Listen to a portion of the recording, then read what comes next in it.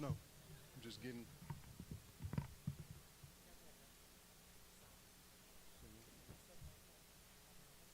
Yeah, right. A lot of people have trouble landing it, especially if they're right-handed, because it's a left-handed punch that you have to do to get to the liver. Most people are right-handed.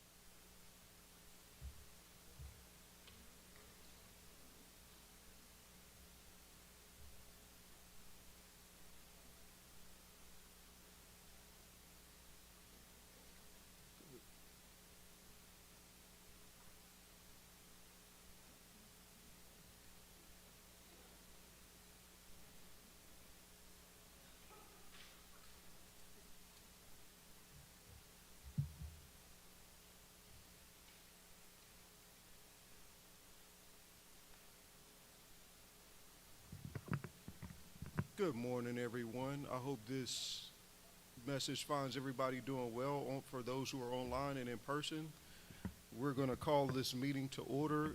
The time is 9:18 a.m. and today is September 9th of 2025.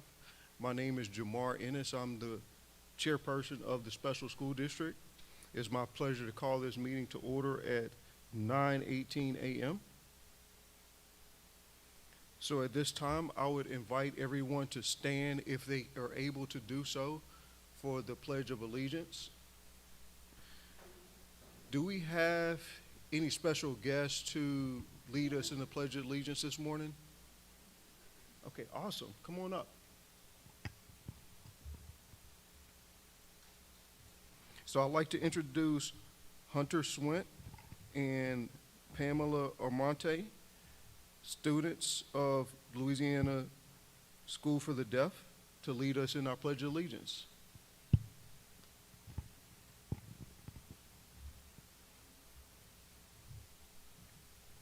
I pledge allegiance to the flag of the United States of America and to the republic for which it stands, one nation, under God, indivisible, with liberty and justice for all.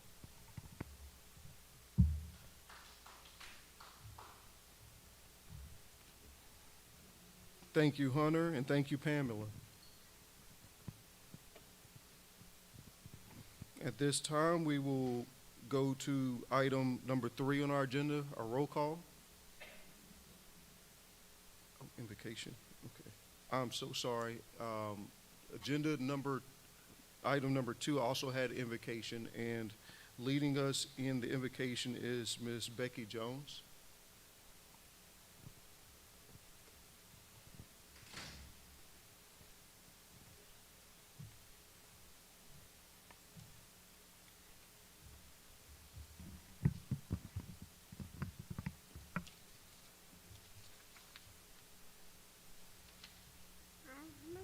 Let us pray. And I have a scripture for you. I will go away, but I will give you a gift of peace. It is mine to give and yours to keep. It is not like a gift that this world gives. Do not let yourselves be sad. Do not be afraid. That's taken from John 14, verse 27. Now let us pray and bow down. Our Father, we ask you to comfort, to send to them, and to allow them to be calm. Let them trust in your power to overcome fear and worry. We request your presence and path to our heart, and to put our mind at peace. Amen. Thank you, Becky.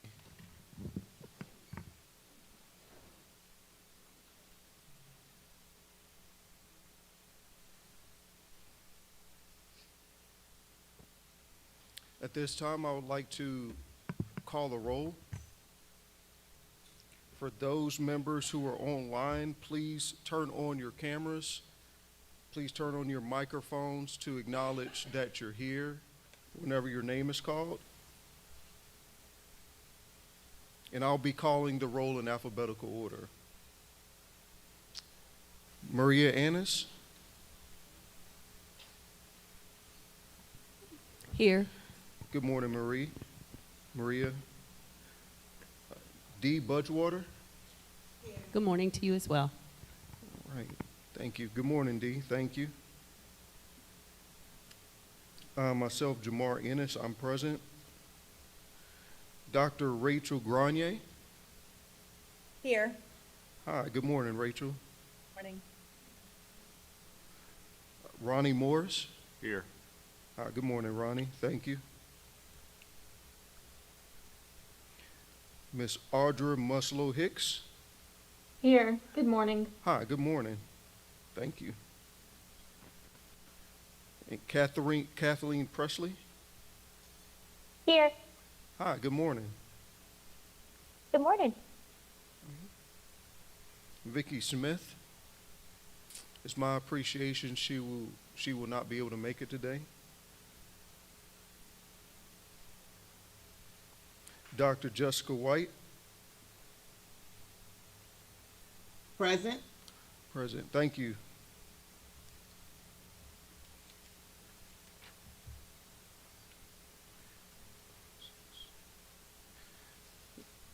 We have 8 members present. This does constitute a quorum. Thank you.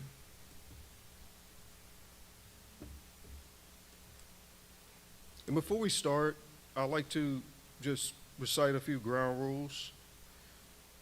Please, if those who are in attendance and members, please be recognized by the chair before speaking. No crosstalk amongst members or in a crowd. It just confuses the interpreters. We will take 10-minute breaks whenever appropriate, whenever the interpreters give us the recommendation, or if there's a motion or a recommendation from the crowd or those in attendance or a member.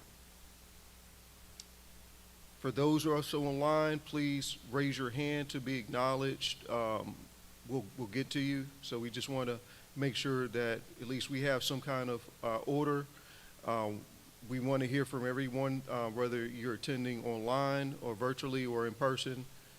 So please turn off your mics when you're not speaking, and we will, and also use the chat function if for some reason things are defective with your microphone or communication. Katie will monitor the chat and monitor the hands that are being raised from our members. So with that being said, let's get on to agenda item number 4, the approval of the minutes for May 13th, 2025. We met on this date, and it was a duly scheduled meeting, and everyone should have the minutes. Is there any motions at this time? Would you like a few minutes to look over these minutes for any errors or irregularities? Mr. President. Yes, sir. Ronnie Morris. Thank you, Ronnie Morris. Just wanted to, first of all, add to your comments about protocol, I guess, for the meeting. Just a point of clarification. I see that item 6 is public comment. For my own clarification and everyone else as well, my understanding is the practice is that public comment is made available after each agenda item. Yes. So I want to be clear there, that's not a separate agenda item, that the public can comment with each agenda item, and I think the protocol is 3 minutes, but I just want to make sure the public is aware that that option is available with each item. And then I would make a motion that we approve the meeting minutes for May, July, and August. Okay, thank you. And yes, Mr. Morris is absolutely correct. There will be an opportunity for public comment after each agenda item before there's an official vote. So I greatly appreciate that point of information from his perspective as a member to make sure that everyone is duly informed of that. As it stands, we have a motion on the floor for Mr. Morris to approve the May 23rd, the July 23rd, and the August 20th, 2025 meeting minutes. Do we have a second? Okay, seconded by Ms. D. Budgewater. At this time, I would like to call a roll call vote for this motion. Maria Annis? Yes. Yes, thank you. D. Budgewater? Yes. Yes. I myself vote yes. Dr. Grenier? Yes. Ronnie Morris? Yes. Audrey Hicks? Yes. Catherine Presley? Yes. And Dr. White? Yes. Are there any abstentions? Well, there's clearly no abstentions. Is there any discussion on this vote? Are there any public comments for this motion stemming from this agenda item?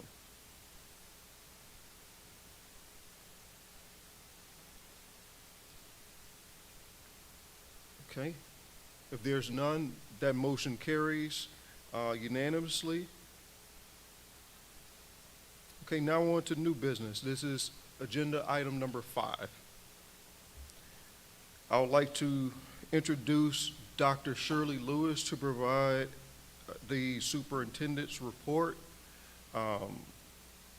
This is, again, item number 5, section A, the superintendent's report.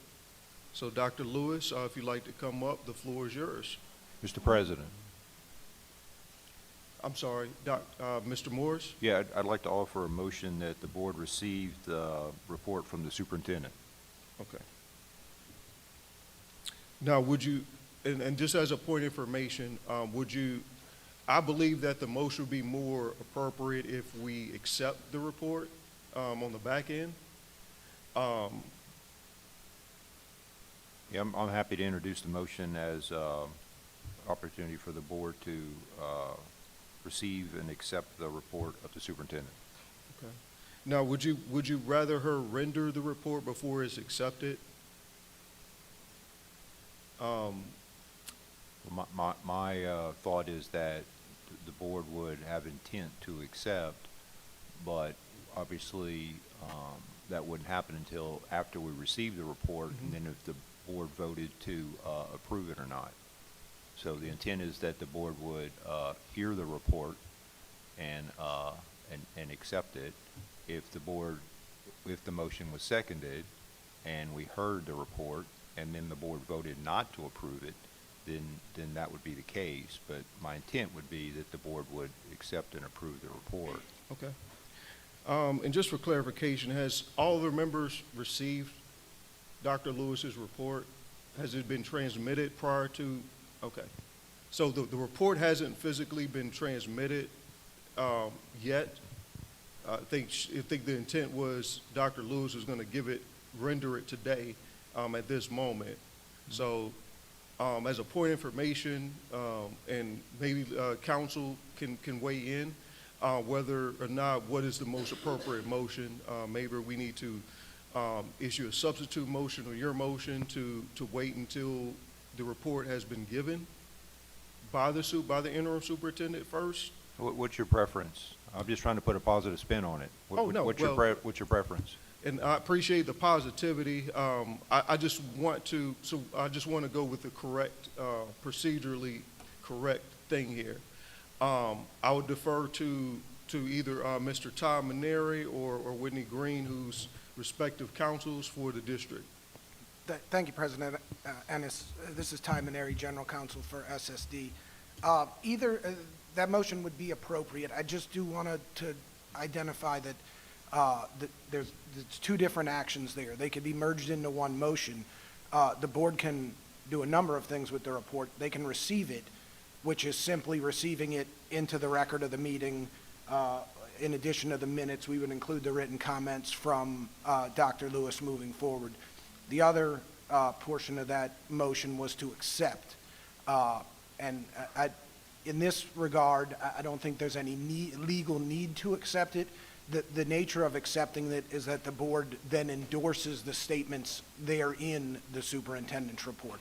So either of those would be appropriate motions. No motion would be fine if you just wanted to allow the report to happen. But the board could receive it, or they could accept it, or they could receive and accept it. I mean, by accepting it, you're receiving it. But there is a differentiation between those two things, and accepting it means endorsing the content of the report and accepting it as the board's own, whereas receiving it just means receiving it into the record of the meeting. Okay. All right, thank you for the clarification. I would like to go back to Mr. Morris. So would you like to move forward on your original motion, or modify it? I'll just defer to let somebody else offer the motion. Okay.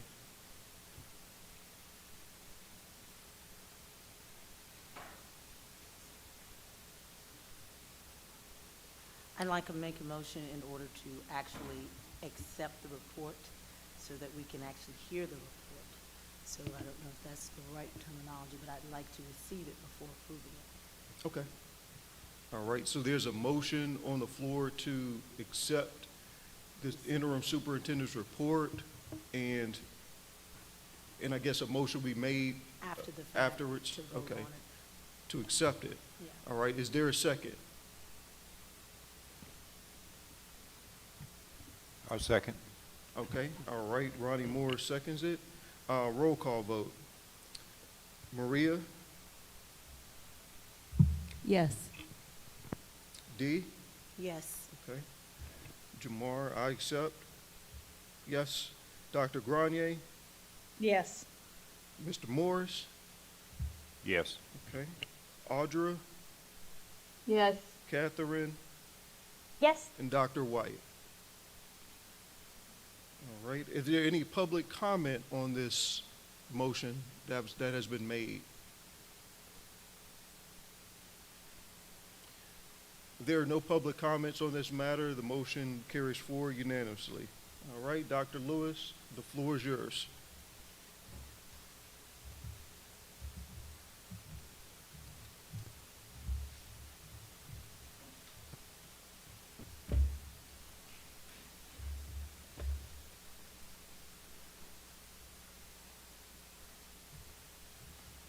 Good morning. My name is Shirley Lewis, Interim Superintendent for the Louisiana Special School District. This morning I will give you the Superintendent's Update Report. Our schools have gotten off to a very good start. Teachers engaged in professional learning activities, all designed to grow teachers, to grow students. At the core of these activities were teachers interacting with high-quality instructional materials designed to address the needs of all students. The first day of school went well with students ready to learn and teachers positioned to grow our students. The district began the school year with 371 students. At LSD, school started with 76 students, whereas LSBI began the school with 53 students. Special school programs, on the other hand, began the school year providing special education services to 242 students. Most of the student-facing positions have been filled throughout the district, with a few exceptions. We are diligently working hard to fill those remaining positions. Now for the schools and department updates. LSD, under the leadership of Dr. Natalie Delgado, they have finished their beginning of the year testing and have began reviewing data to see how they can address gaps in learning and highlight those areas of strengths. They have been working heavily with their LDOE literacy support specialists and are very excited about implementing stronger interventions this year with their new interventionists. I am pleased to report that the visual and audio emergency alert system is in place in the secondary building and is operational. They have already begun using it during their drills, and teachers and staff and students are thrilled with this new safety measure in place. The plan is to expand the system in the other buildings. As for the staffing at LSD, they welcomed 5 new teachers this summer, hired 1 additional instructional coach, and is still looking to fill their remaining vacancies. The Louisiana School for the Visually Impaired, under the leadership of Susan Covington, Executive Director, LSVI celebrated their open house and a heartfelt thanks to all the families that came out to meet their children's teacher. The turnout was very impressive. We have very supportive parents, and your participation in the education of your child is very much appreciated. The teacher observations and coaching cycles have begun at the school, and this indicates that our teachers are on the path to growing as they are growing their students. Students have had their first expanded core curricula day and have been able to participate in clubs as well. Student council elections are underway, and it is great to see campaign flyers posted throughout the school. On another note, we are excited to report that our LSVI president-elect is submitting her application to Tulane University. Their K through 8 students are enjoying Braille time, and they're seeing improvements in their Braille literacy. This is very good news. Our SSP updates. Central Louisiana Supports and Services Center, under the leadership of Ann DeBevick, our interim regional coordinator. At Classic, they began the school year with 36 students. Teachers and staff at Classic began the school year with professional development geared toward instructional decisions driven by data analysis. The staff just completed their first book study on conscious discipline for the 25-26 school year. They had 100% participation. For those who do not know, conscious discipline is a research-based, comprehensive self-regulation program that combines social and emotional learning with discipline and guidance. To add, the school climate at Classic is one of love, safety, connection, and acceptance. There has been a lot of facility construction at Classic this past year. The staff are looking forward to finishing phase 1. And once done, classrooms will have wider doors to accommodate larger wheelchairs and beds. They will have sinks in the classrooms, new paint, windows, air conditioners, and brand new floors. While there are some vacancies, interviews have been conducted in the past few weeks with recommendations for hire being made. It is the district's direction to continue to ensure all of our students have certified teachers who are able to meet their students where they are and enable them to grow. Pinecrest Supports and Services Center, under the leadership of Shawnee Parker, Pinecrest and Renaissance Home for Youth started the school year with 111 students. The school year at both of those facilities are off to a great start. The teachers have completed all of their beginning of the year trainings, and the students have completed their baseline assessments. All are looking forward to a facility-wide family day on September 13th at Pinecrest. They are very excited, and this gives them an opportunity to meet with all the families of their students. Plans are underway for Pinecrest's homecoming week dance. It is tentatively planned for October. The date is yet to be determined. If this year's homecoming activity is anything like it was last year, it's going to be phenomenal, and kids are going to be blown away. Our Office of Juvenile Justice, under the leadership of Jamie Smith and Lee Dixon. Our OJJ programs began the school year with 85 students.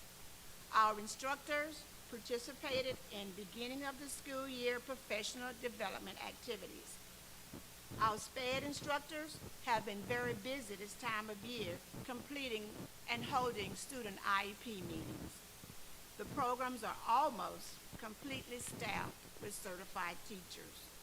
Due to several vacancies at some of our sites, we are continuing to use our itinerant teachers to provide services to those youth. In the next couple of months, we feel that all of those vacancies will be filled, and we will be fully staffed at all of our OJJ programs.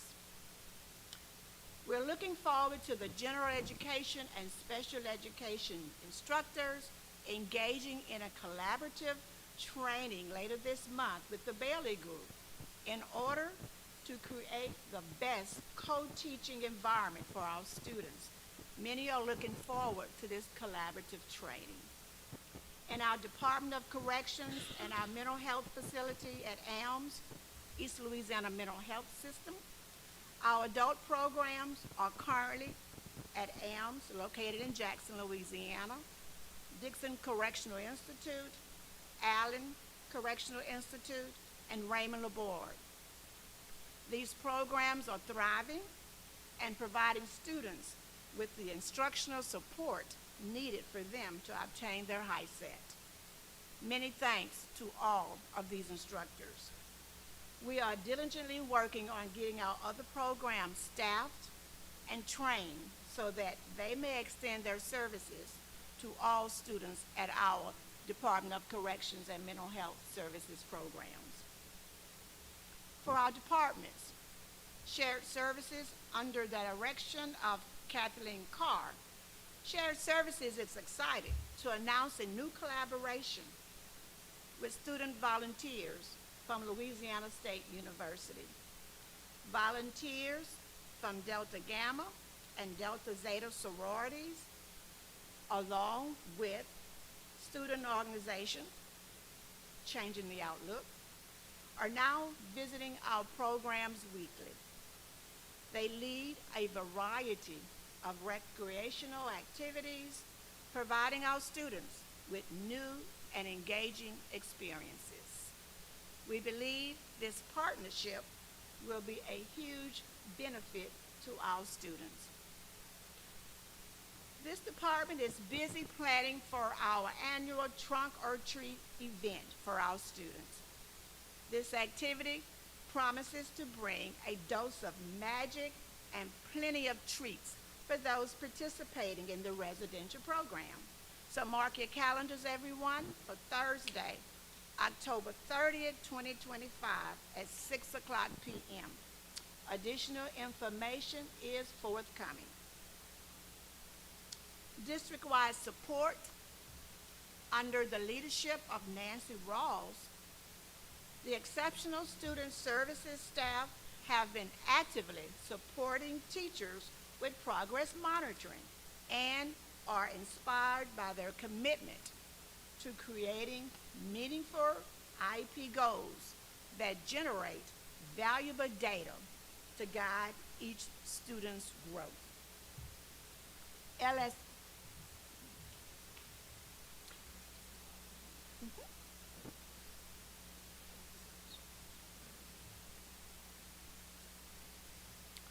LSD,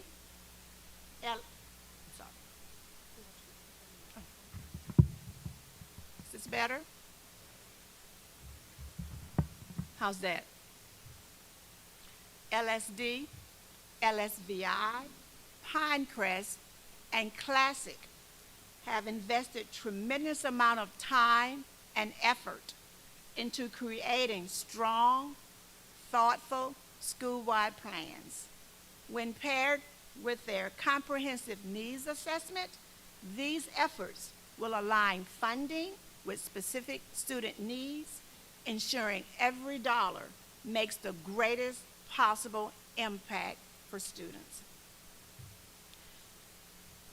Point of note, beginning of the year attendance has been excellent, with an average daily attendance rate for the schools of 94.2% thus far this year. Accessible educational materials aim, under the leadership of Dr. Kathy Seegers, the Braille transcribers at the Louisiana Braille program at Louisiana State Penitentiary at Angola have recently completed all 3 levels of Brailler repair training. Department of Corrections officials have added a building for the repair work to take place. We are very grateful to the DOC for allowing this training and supporting our Braille program. AIM has been very busy providing trainings and technical support for local parish school districts all over the state with regard to assistive technology for students with disabilities. There are several online and in-person trainings being scheduled. Louisiana Instructional Materials Center has been placing orders for both Braille and large print materials for our students throughout the state. They are currently working on updating and creating policies and procedures for the center. Operations, under the leadership of Jeff Jacobs, they have completed a few flooring projects around campus to upgrade the appearance in the administration, the ESS building, and LSD High School. They have replaced the roof on the security building and also 2 electrical transformers in the operations and the LSD dorm buildings. They are now able to make some major upgrades to our heavy machinery and lawn equipment for our ground staff to maintain this facility. Now, for my first 30 days as interim superintendent, it has been a little over 30 days, and needless to say, it has been very, very busy. During the back to school event, I presented the Superintendent's Awards to 7 deserving recipients who were nominated by their department heads. I need to recognize those recipients publicly. Cassie Groger, LSD. Caitlin Smith, LSVI. Alice DeBevick, SSP. Sandra Manuel, AIM. Penny Harris, Operations. David Welch, Shared Services. Shanette Buckley Lewis, Business Services and Finance. Congratulations to all those recipients. And at this time, I must recognize all those persons who are no longer with us. They have retired and went on to their next great endeavor. They have provided this district with many hours of support, and they are as follows.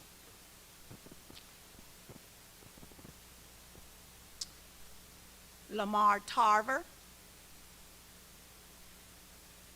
Clyde Castleberry, Evelyn Haynes, Warren Hurd,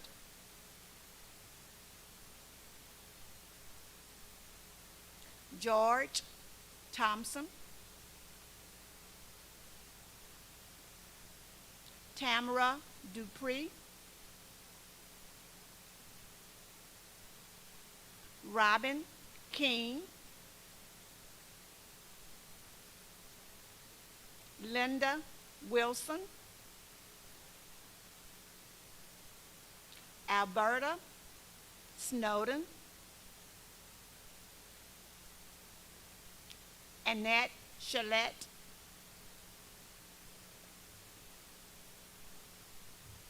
Demita Hitchings,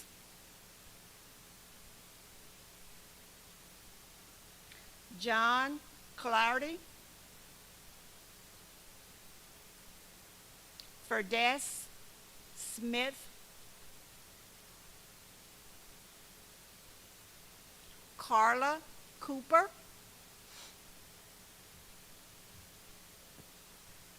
Mamie Denham,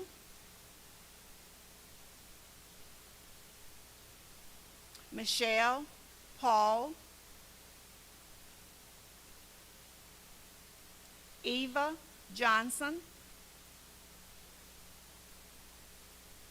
Amy Williamson,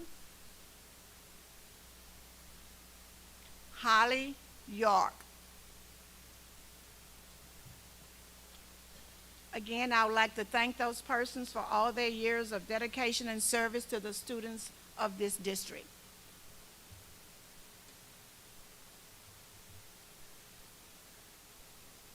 So, from the very first day, my first order of business was the safety of our students and our staff. The leadership team reviewed the emergency preparedness plan and made many needed updates.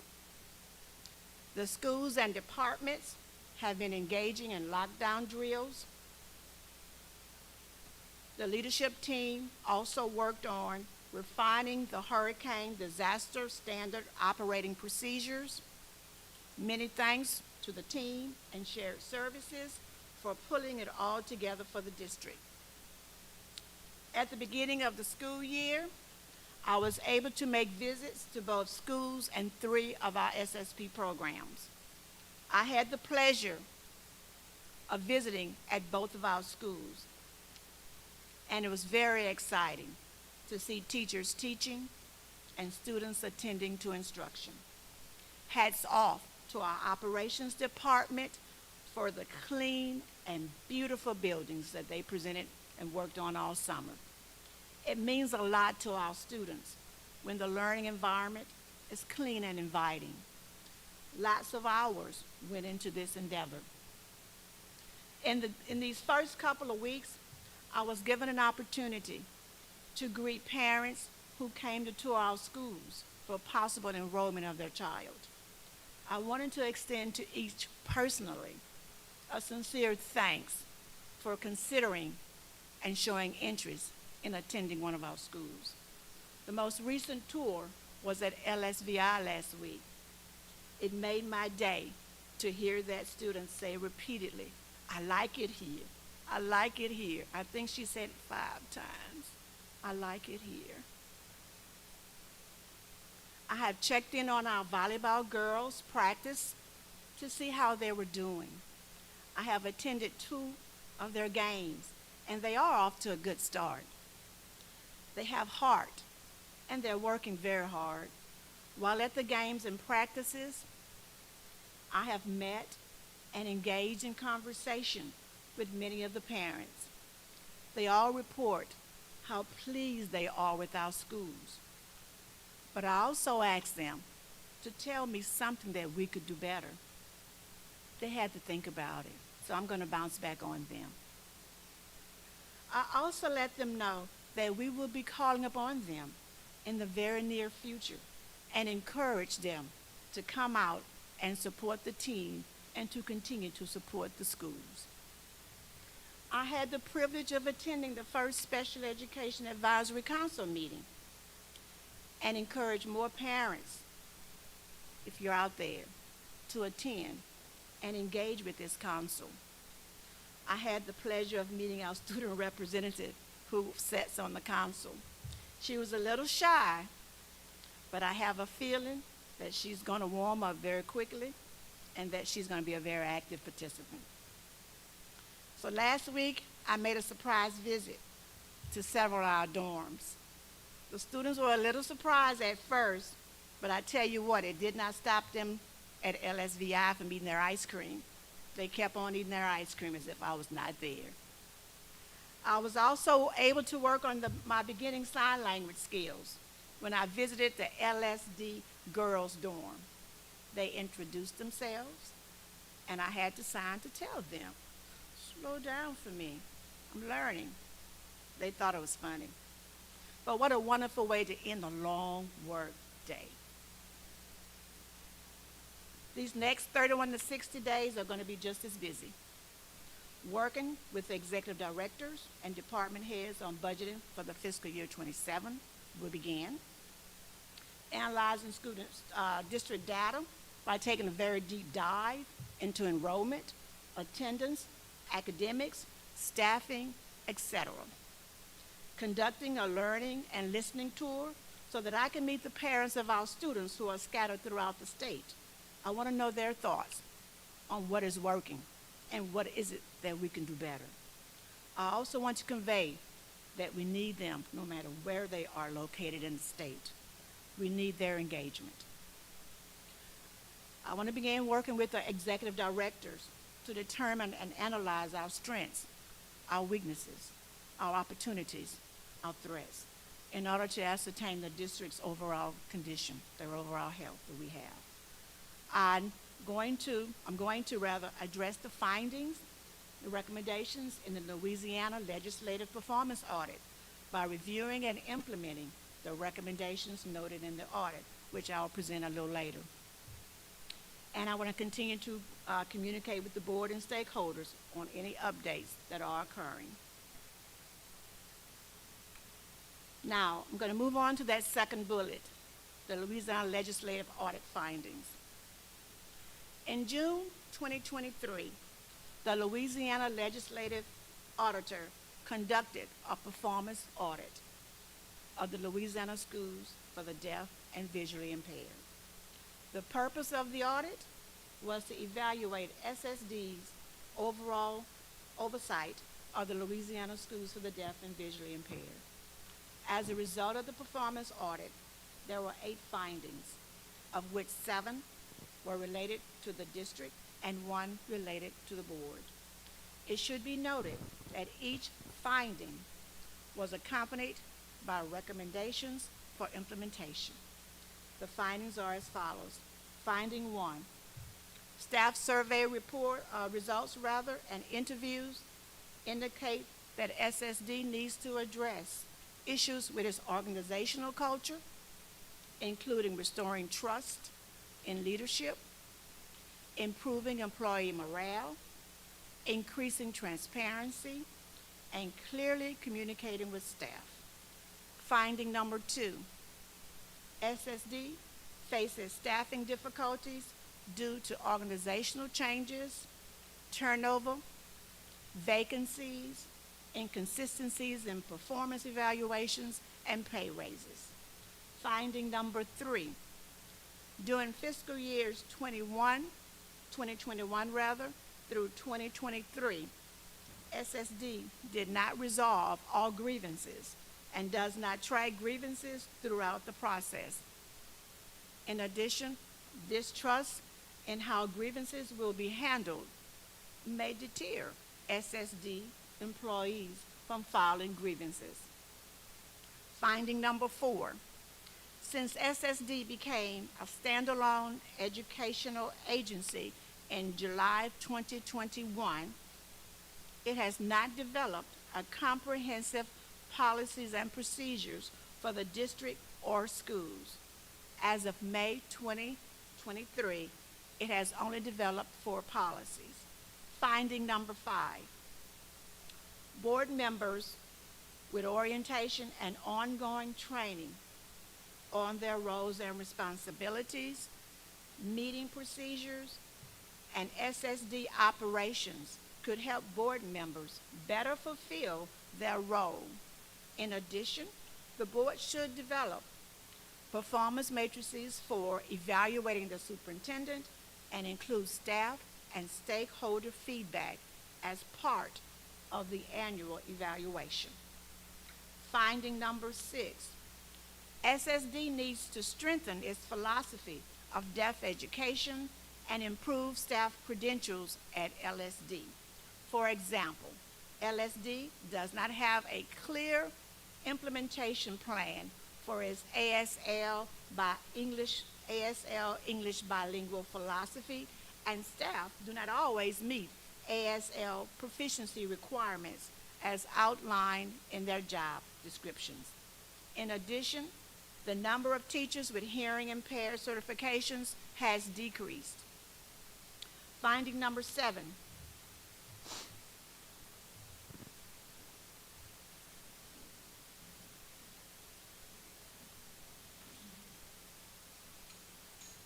Finding number 7, during fiscal years 2021 through 2023, SSD did not always provide speech therapy services outlined in student individual education plans.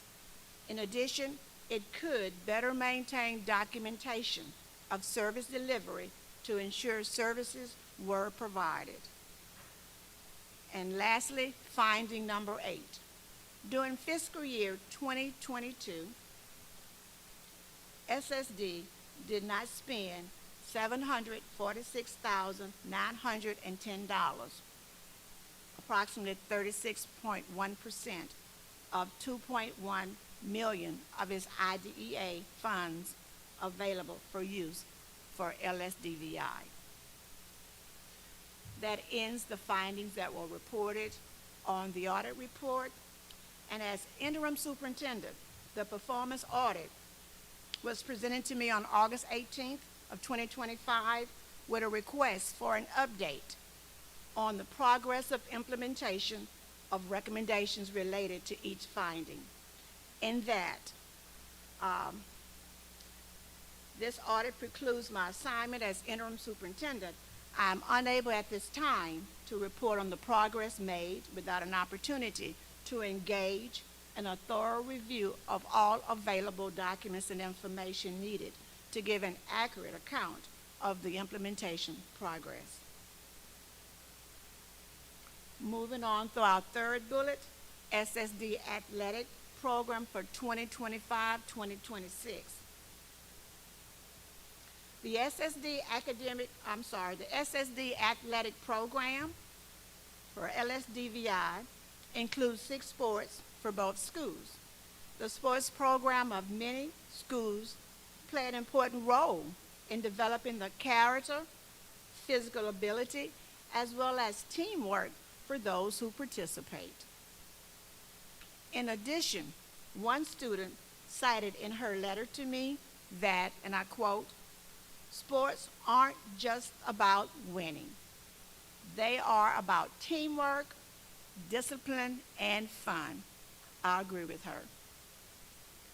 Prior to meeting on August 25th, 2025, there was not enough information presented to make an informed decision.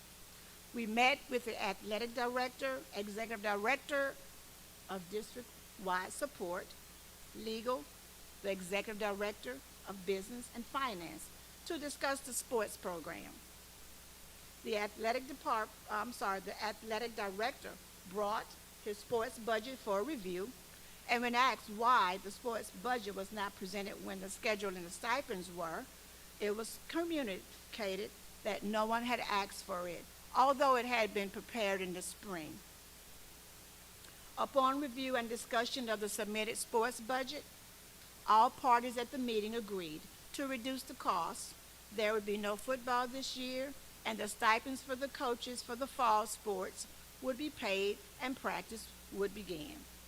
At this meeting, it was decided that the same sports the students participated in during the 2024-2025 school year would be the ones they would participate in this year. As for the games out of state, the decision at the meeting was to have only 2 out-of-state trips.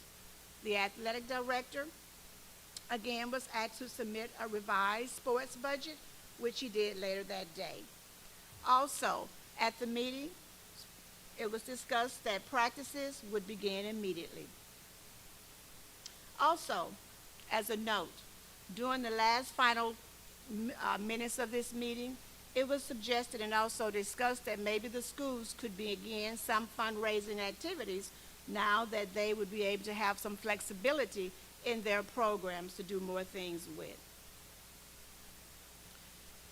I'm very pleased that the athletic director, executive directors, district-wide support have already begun the conversation about ideas for homecoming.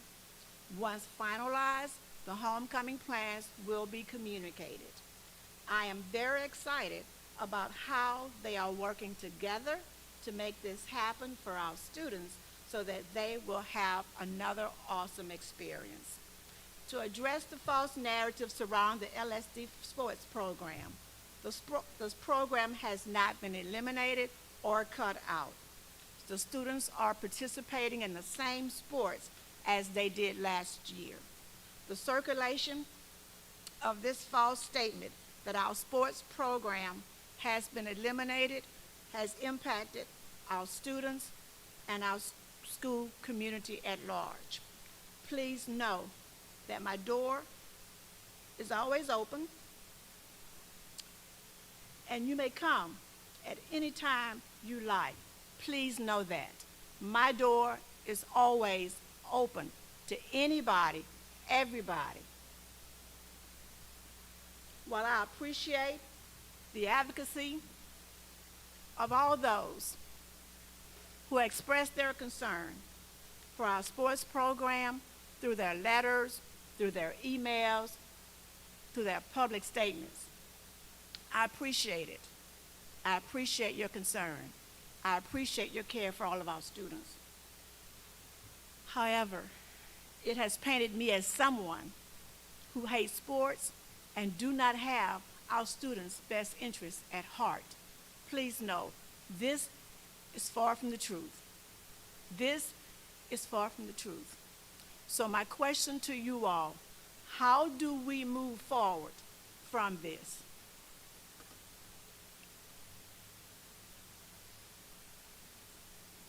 Excuse me.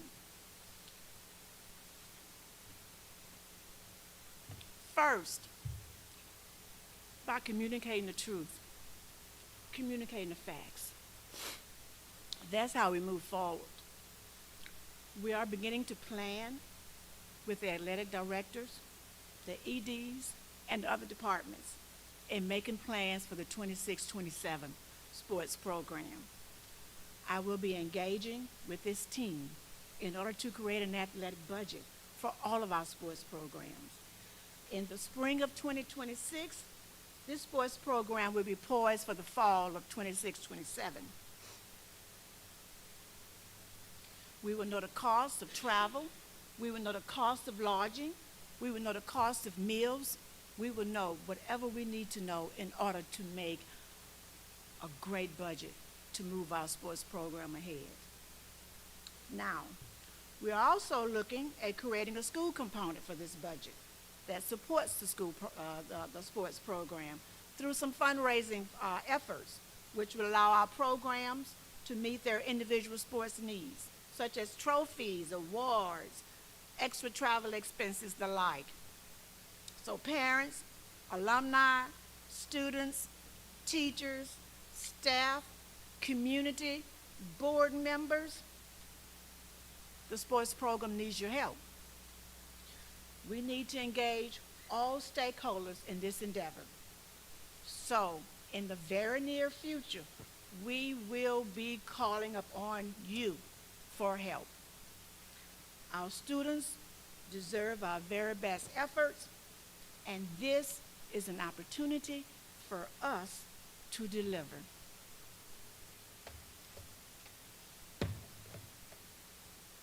Are there any questions?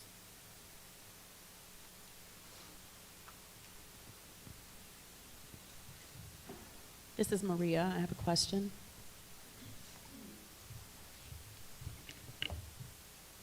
Yes.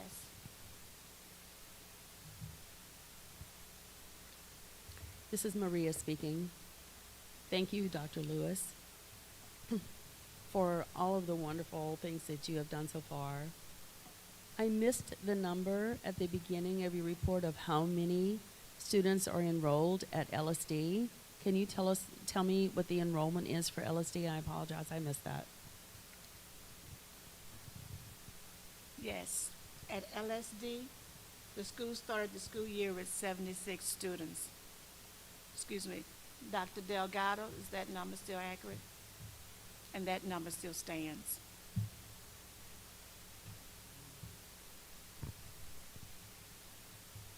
Thank you for the answer.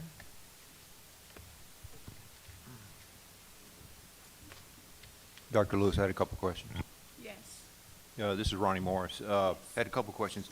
You mentioned in your summary for the different departments that there are a number of vacancies, and you also identified a number of recent retirees. I was wondering, could you consider providing the board with an updated org chart so we can get some appreciation for, where those vacancies are, and so we'd have some appreciation for, how significant they are, and start those conversations with you, for the next board meeting, with an update. Yes, I'll have that information for you at the next board meeting. Okay, thank you. My other question was with regard to the audit. My understanding is that the audit was completed in 2023, so it's almost 2 years old. I know that I saw there were 19 recommendations for follow-up. I know that some of them have been addressed. I have no idea, what the % completion is or whatnot, and I appreciate your leadership in only 30 days.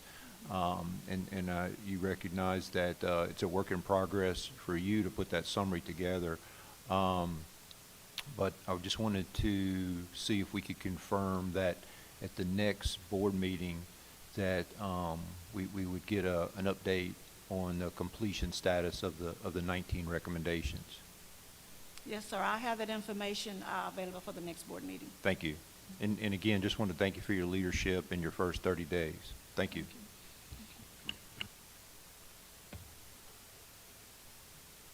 Rachel Granier, I have a question. Yes, I would like to go back to the athletics conversation, yes. specifically around football. The concerns that I have are around, please clarify for me why the decision was made in that meeting to cut football this season. I understand the meeting was held and the decision was made, but what was the reason that football could not happen? Looking at the budget that was given to me, first of all, the information that came to me on August the 25th at that meeting. Prior to that, all I received was a schedule and a list of stipends that needed to be paid. Based on the information that was given to me originally, no decision could be made at all. Once that information came available on the 25th, the decision was made that the budget that was presented was in excess of $150,000. And so, looking at the budget, we decided that, okay, let's take a look at what we could do. And since football was not held last year, we would stay the course and we wouldn't have it this year. I think, if I'm not mistaken, I'm not sure how many players we had for that, but the athletic director was in agreement that he was okay with it not being held this year. So the athletic director did have his budget outlined in the spring. but it was not known to you or to whomever was in charge at that time that we could not afford it until August? First saw the budget on August 25th. Okay. Yes. Okay, thank you for that clarification. I would just like to expound more in the future about the disconnects between the business office or the financial office and the school. I know that the athletic director is experienced, and this is not his first year having football, so I don't understand what the disconnect is between the budgets and the actual application of the money year to year. So maybe there's more details that you've missed because you weren't here and that I've missed because I'm new to the board, but I'd like some more clarification on how those departments are connected so that we understand more clearly the transition of the written budget to the application in the schools. Yes. Thank you. Thank you. Any other questions? Hello, this is Audra. Hi, Ms. Audra. Hi, good morning. Good First, morning. I'd like to echo what Mr. Morris said. Thank you so much for stepping in the first 30 days. It sounds like you've hit the ground running. So thank you very much for that. And I do apologize because I believe I missed this in your initial presentation, but what is the current enrollment at LSVI? I think I said it was 53, Ms. Covington. They started the school year off at 53, but currently they have 56 enrolled. Thank you.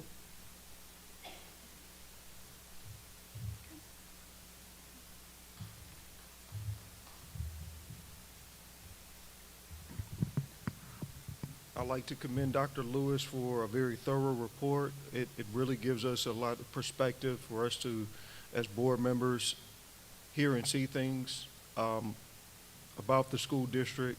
So if there's any, and I extend this to Dr. Lewis, if there's any way that we can, the board, please use us as a resource to, in response, especially to the audit that you received from the legislative auditor. We would like to support you in any and all ways to satisfy their interests.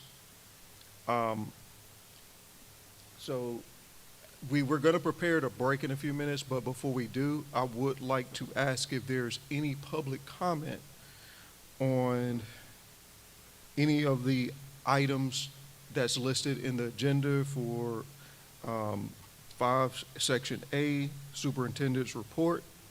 Do we have any persons in here with us that like to give comment, or if there's any written comments? Okay.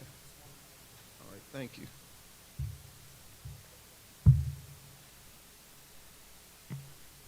So we have a written comment from one Joseph Latino, and his comments are VASSD athletic programs. Okay, got it. All right, perfect. Well, at this time, I'd like to introduce Mr. Latino to provide his public comments.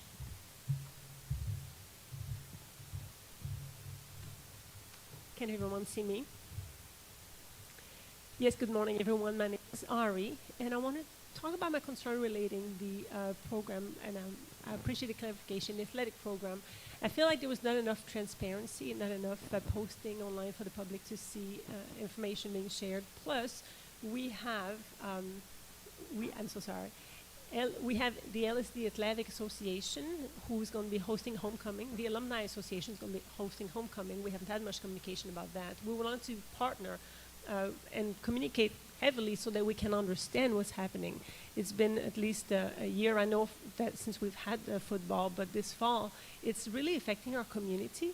Our community, I feel, is falling apart, and to find out at the last minute that we're not having football this year is going to hurt us, and also other schools and their schedules and their homecoming, the schools for the deaf around our state as well. So we want to be considerate of those schools, our school, and the deaf community as well. So that's why we were looking in right here at what we call our deaf village, right? The people that we partner in and the organization, and this part of our village is gone now. So I want you all to consider having more transparency and communicating better in the future. Thank you so much. Mr. President, could you ask him to identify himself? I didn't appreciate his perspective.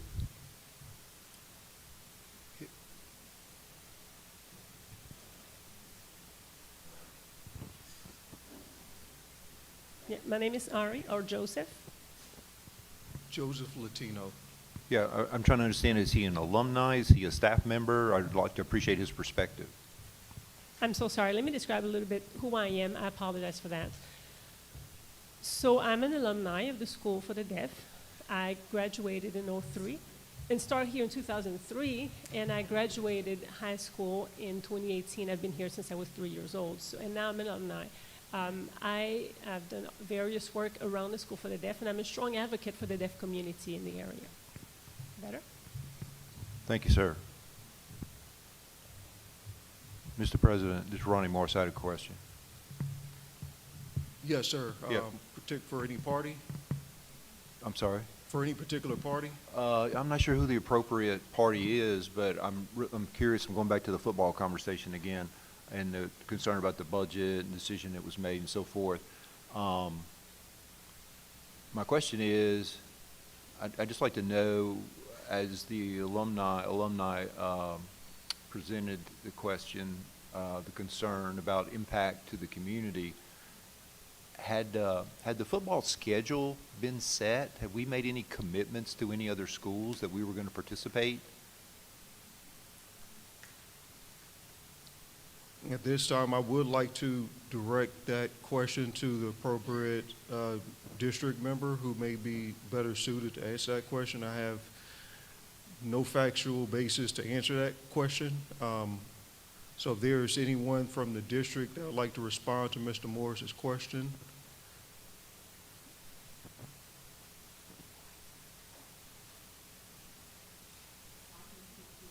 Okay, all right.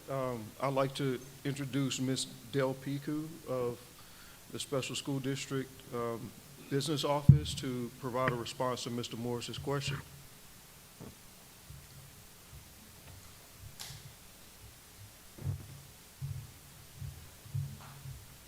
Good morning, everybody. My name is Delvicchio Picu. I'm the Executive Director for Business Office and Finance. Mr. Morris, specifically to your question right now, there was no transparency about we didn't know anything about the football schedule or any of those things until Dr. Lewis said August the 25th is when we got an initial request about the budget. So I hope that answers your questions. We did not have football here last year, and there was no budgeting for football for this year. Just to go back a little bit more and to kind of encompass what Ms. Grenier was talking about, the disconnect with the business office. There's no disconnect with the business office. Every year, we do budget development in October. Every year, every leader is given the opportunity to request everything that they need for their schools. Everything. In our budget request last October, 2024, sports wasn't included at all, for no sports. So I want to be clear about that. And I'm glad the question is being asked, because our names was displayed all over Facebook behind this. But in actuality, no one budgeted for it. We can't just spend taxpayers' money on things that it's not appropriated for. That's the issue that we have. We're looking for money in other places. We're trying to figure it out. We didn't close the door. We didn't cut off sports. But this came to us in August this year, last month. So to request $150,000 plus that you didn't budget for at all in your budget, that's a huge undertaking. We want the kids to have sports. But again, what we do here at this school, every year, the state starts budget development. And we go through that process. We went through that process, and I have the receipts of what everybody asks for in every program. Sports is not on here. And so when you don't ask for these things, it can't get appropriated. And then it's not fair to us to turn around, and I'm not trying to be ugly, but it's not fair to us to turn around to the business office and accuse us of not doing something, we have to be fiscal stewards of what the state is appropriating to us. We can't just spend their money. And because we have to say no, because it wasn't budgeted for, it looks like we didn't plan, we didn't do what we were supposed to do. Now, we have this same opportunity again this year. I've already sent out an email blast. I've already had meetings with the leaders, just like I did last year. And I told them, ask for every single thing that you need. The only thing that can happen is you get told no. If it's appropriated, we can use it. If it's not appropriated, then we have a little bit of problem. We cannot spend the money just any way that we want. If we ask for certain things and the legislature appropriates that funding, they're expecting us to be fiscally responsible and use the money that they appropriated to us for what they appropriated it to us for. And that's just the truth and the fact of the matter. We've been saying this, we've been having meetings, we've been providing statutes, laws, rules, everything that governs how we spend money here. It's not been a secret here with our team. Everybody knows that we've been saying these things. We've even asked for an AG opinion. Haven't gotten it yet, but we did. That's what we are. And so it's not that we don't want to have sports. It's not that there's a disconnect. It's not that there's any disagreements. It's just a distortion of the truth of what really has happened. Simply put, we didn't plan. We have to plan for it. We have to ask for it. We have to get it appropriated so that we can spend it. That doesn't close down everything that we're doing. And in the past, I know people are going to say, what happened in the past? In the past, people look the other way. I can't be a fiscal officer and do that.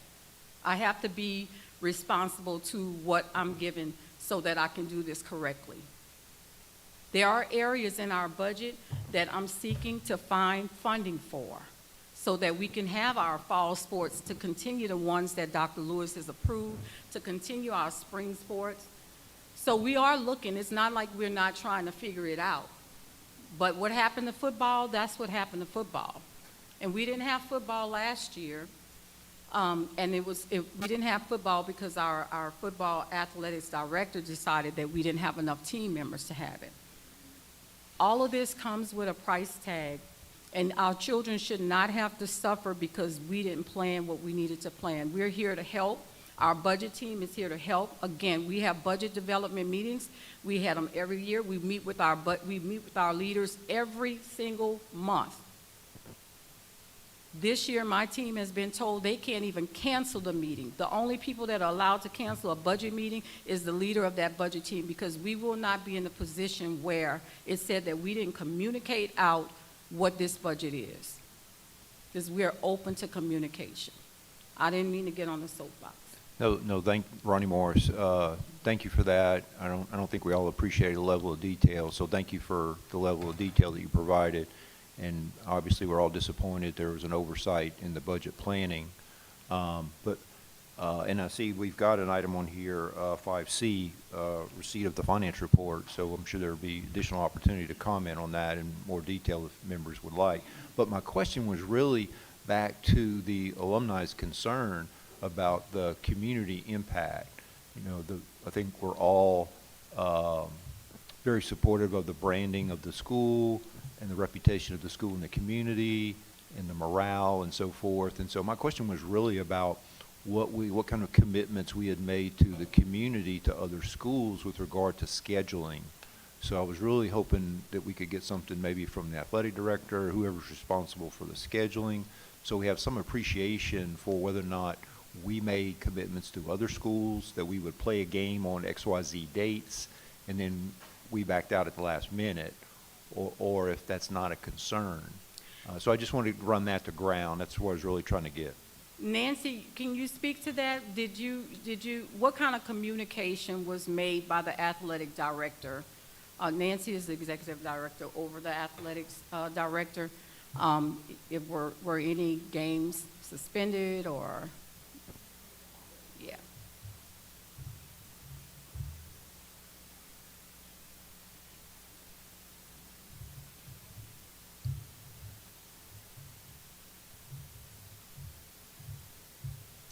Hi, Nancy Rawls. I'm Executive Director over District-Wide Supports, and athletics falls under our department. For the football schedule, I know the athletic director, Mr. Denton Malice, had been working on a schedule with other schools. Nothing had been approved by myself or the superintendent for this schedule. He had just set the schedule. So to my knowledge, there was no problems with the schools that we have been talking to. Some of them were having problems fielding a team also.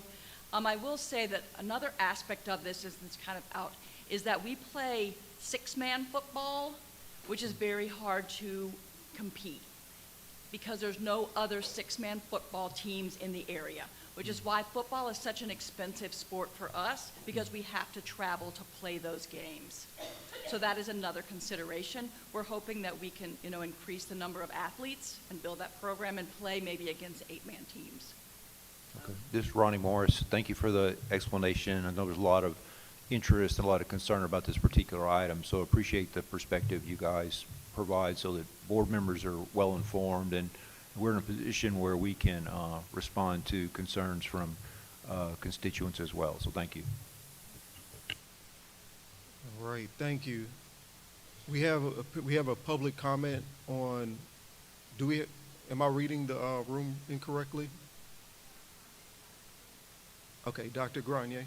All right.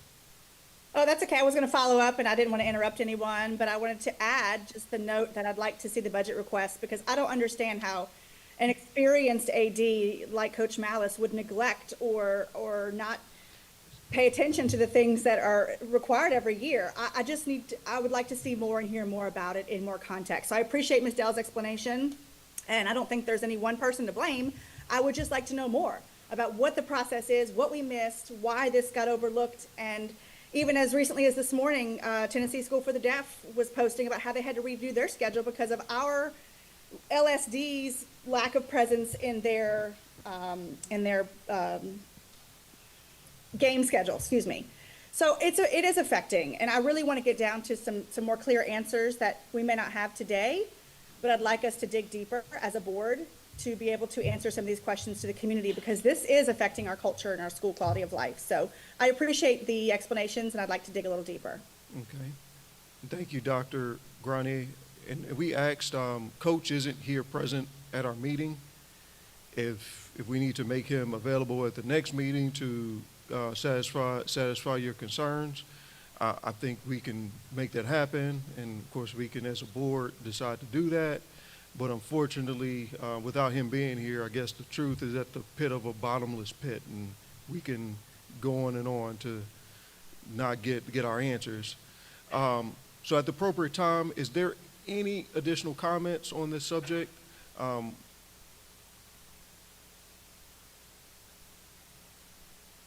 There's at least one more comment?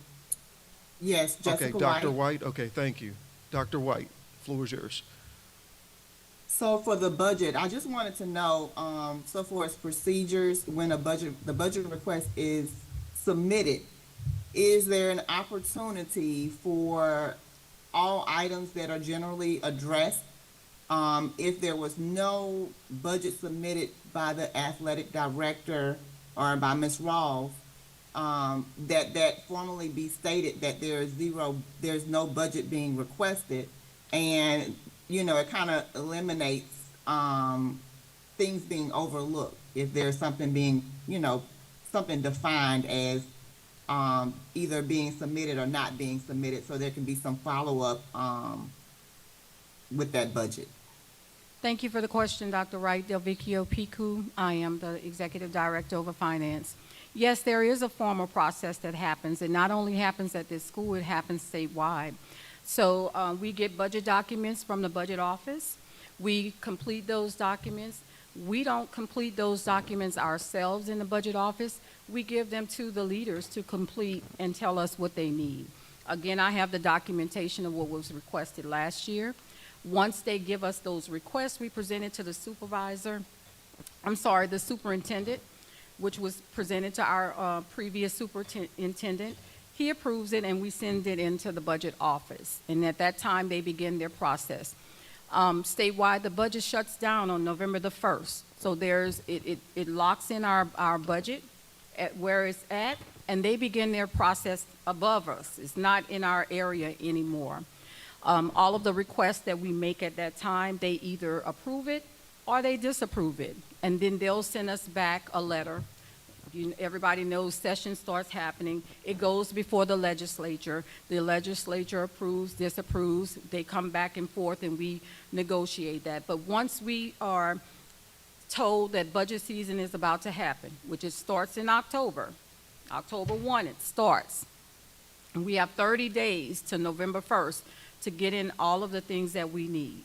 And so that's what we did last year. We got all of our information from all of the areas. We compiled it. We sent it to the superintendent. He approved what they requested. It's not our request, it's the leader's request. And then after that, we submitted it up to the budget office, and it's up to them to approve or disapprove. Now, if they don't have that on their list, Dr. White, they cannot approve something that they don't see. So this is why it's extremely important to ask for what you need so that they can see that and they can present that to legislature to get the request approved.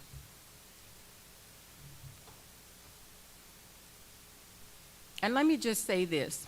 It really is no one's fault because they've operated like this in the past. You know, they probably never went through budget development. They've never done that. I'm told that when I got here, they never really even saw the budget before. And so that's one of the things that I implemented when I first got here is budget development. Like, we go through this together. This is not a one-man show. I didn't make it a one-man show when I got here. I included everybody in that process. All right, anybody else have any questions? Yeah, this is Ronnie Morris. I have one more question. I might be jumping ahead a little bit, but since we're already on this topic, what is the contingency or the cushion in the budget? I don't refer to money in the budget as a cushion. I try not to refer to it like that. We were appropriated a certain amount of money for state general funds.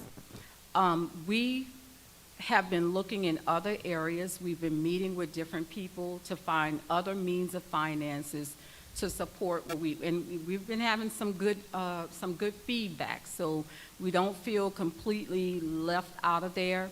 We don't really cushion anything in the budget because most of the time it causes reversions if you don't use the money.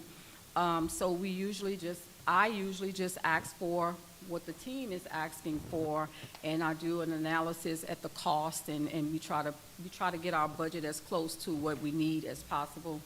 I don't like to go and ask the legislator for extra money because they're supporting the entire state. So there's really no cushion. Our contingency, I would say, would be to look at other means of finance, any self-gen funds that we may have. I did an analysis, Mr. Morris, on what we collected last year in self-generated funds through sports. We spent, I can't remember a direct, but it was over $100,000 that was spent, but we only collected like $4,000. So if you can imagine, you know, that's steep. So, and that's just from collecting from people at the gates and things like that.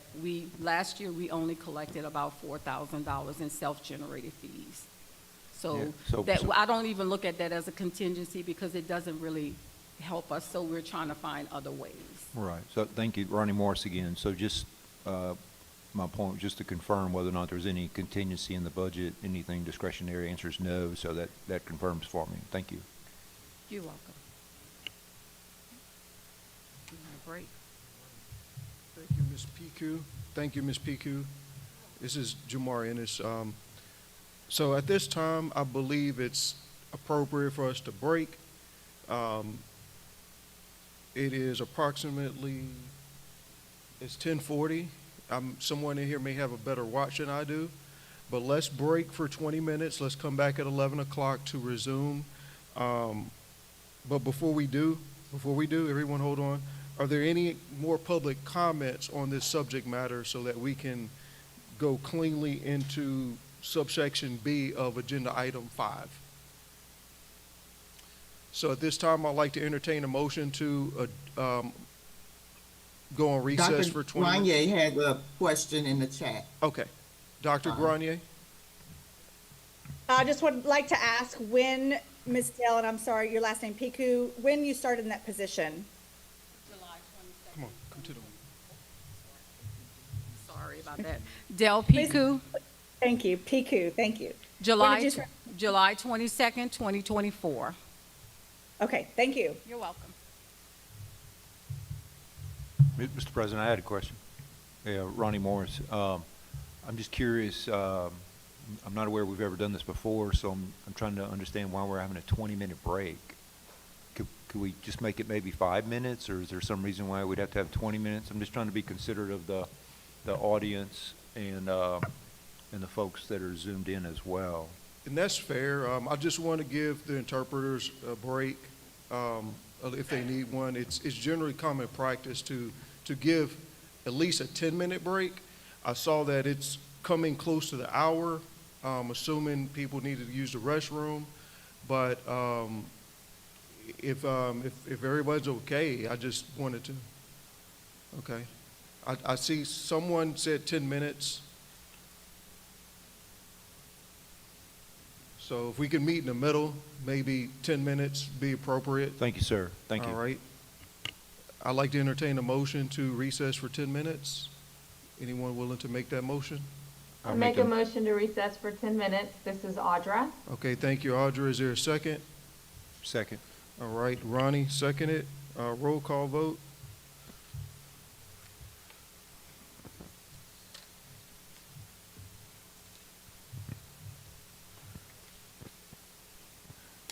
Maria? Yes. All right. Yes, please. Dee? Thank you. Yes. All right, myself, I approve. Dr. Grenier? Yes. Ronnie? Yes. Audra? Yes. Catherine? Yes. And Dr. White?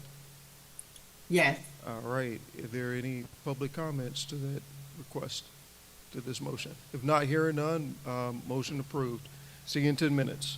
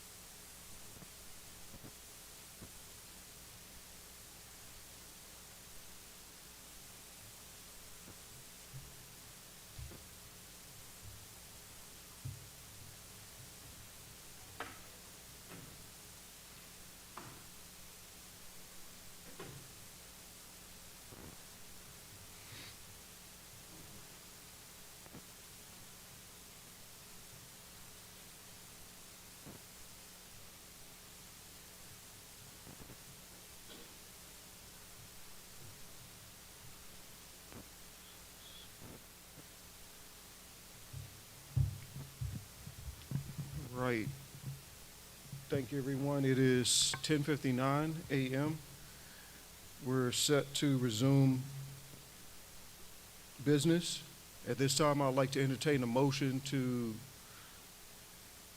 end recess and begin on agenda item 5, subsection B.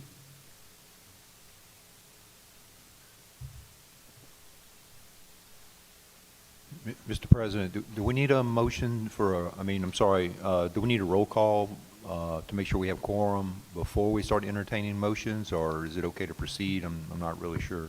It's my appreciation that we have quorum, we have enough members present, and I just communicated with council that we should be fine to just go and do the roll call vote with this motion, and we can satisfy, also duly satisfy our confirmation of quorum. Great, thank you, sir.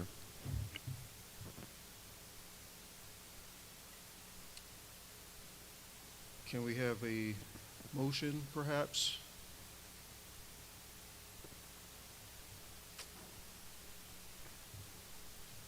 Entertaining a motion here to resume. Yeah, I'm happy to make a motion that we take a roll call vote just to confirm we have quorum. Okay, that's fine. There's a motion. Well, I guess we'll just do it since we don't have a. All right. Just to take the roll, Maria. Here. D. I'm here. Dr. Grenier. Here. All right. Ronnie. Here. Audra. Here. Catherine. Here. And Dr. Lewis. I'm sorry, Dr. White. I'm looking at Present. Dr. Lewis. Thank you. All right. All of the members present. We have 8. We have a quorum. Mr. President, I make a motion that we receive receipt of report concerning the management of board functions and appointments. Okay. Point of information, I do believe we need to motion to end recess, right? I think that was the.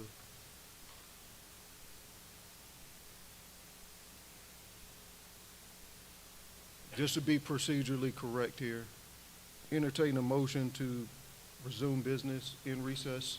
Motion, make the motion. All right, thank you. There's a motion on the floor to end recess, resume business. Do we have a second? Second. I All right. second. All right, D, roll call vote. Maria, Yes. D, Yes. all right, yes. Dr. Grenier, Yes. Ronnie, Yes. Audra, Yes. Catherine, Yes. and Dr. White. Yes. All right, and myself, including myself, motion passes. Is there any comment, public comment for this? All right. There's none, we'll move forward. And Mr. Morris had a motion that we receive the report concerning the management of board functions and appointments. Is there a second? Jessica White, I second. Okay, Dr. White seconds that motion. Roll call vote. Maria, Yes. D. Dr. Grenier, Yes. Ronnie, Yes. Audra, Yes. Catherine, Yes. and Dr. White. Yes. All right, thank you, and including myself, I say yes. Is there any public comment for this agenda item? All right, hearing none, motion carries. At this point, I would like to introduce Mr. Ty Maneri to lead us in the discussion of the concerns relative to the management of board functions and appointments. Ty, the floor is yours.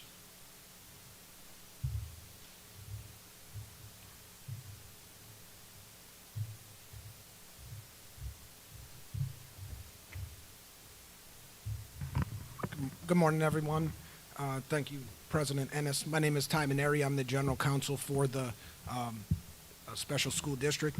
I would like to know before I get started, I do have 2 public comment cards on this item involving appointment of board members, but I'm going to go ahead and hold those until I've done my report, and then we'll allow those individuals and any other comments that come up to proceed after the report's been given.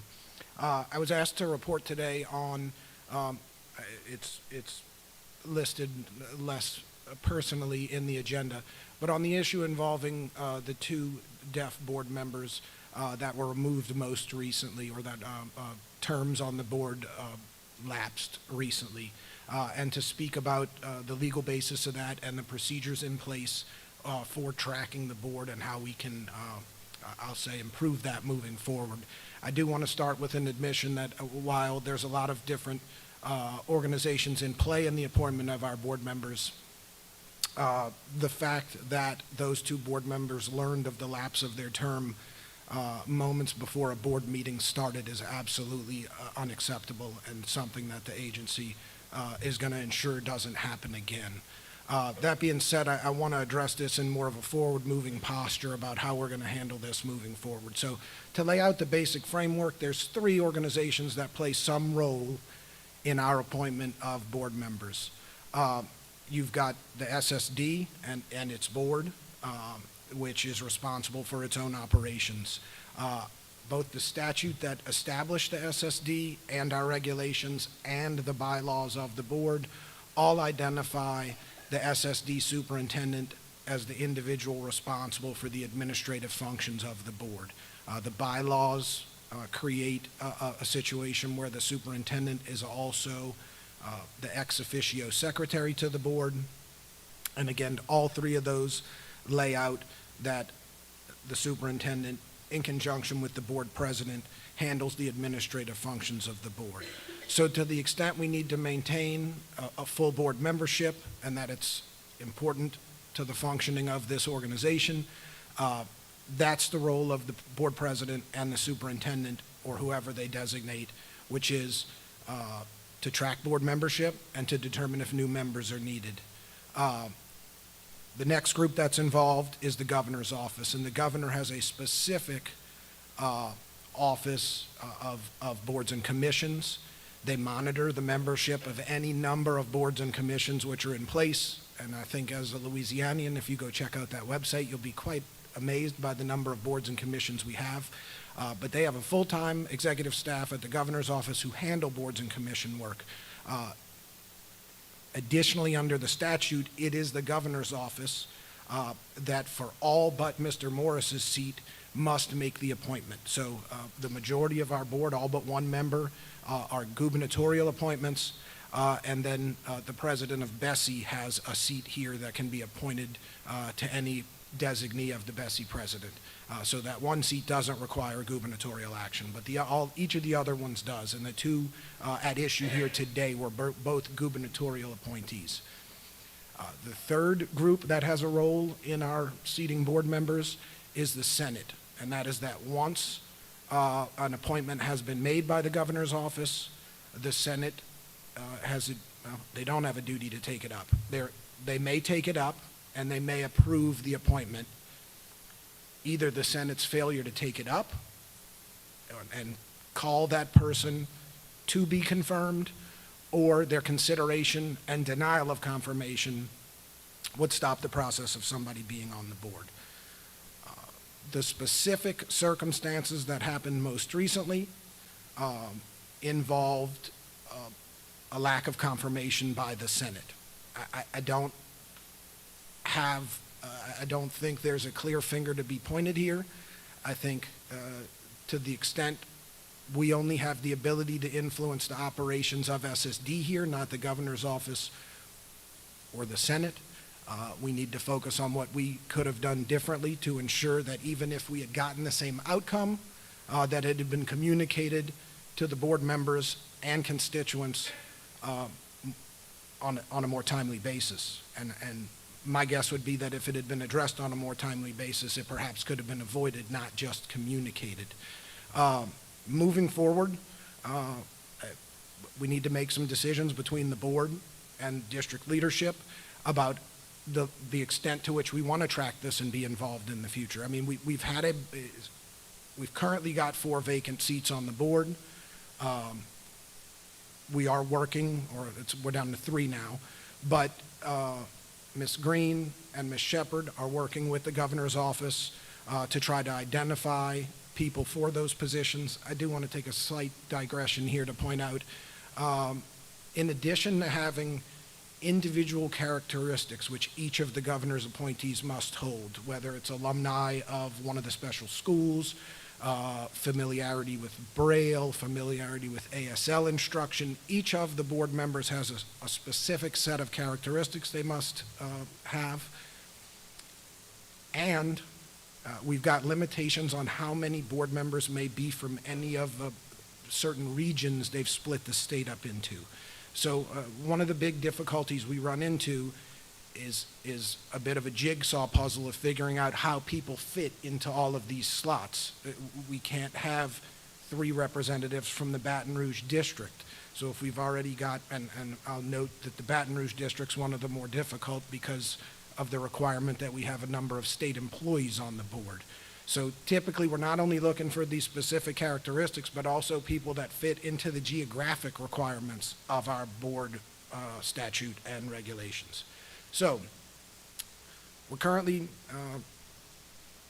again, admittedly, after the fact, working with the governor's office to identify the remainder of our vacant board seats, individuals who would be qualified to fill those positions, and that the governor's office is willing to appoint for the positions. We're working jointly with them to try to make those identify some folks and get them in front of the boards and commissions to see if the governor's office is willing to move forward with them. That's a great proactive approach as to filling these empty seats, but as you may have noted over the last few meetings, it's really left this board in a precarious spot as far as pulling together a quorum. So that can't happen again. And so I don't have a specific proposal for the board today, as whatever makes them most comfortable. But moving forward, we do need to build some sort of structure between board leadership and the administration at SSD that allows us to track board members who may be resigning, leaving for personal reasons, termed out, not to be appointed by the governor's office, not moving timely toward approval by the Senate or confirmation by the Senate.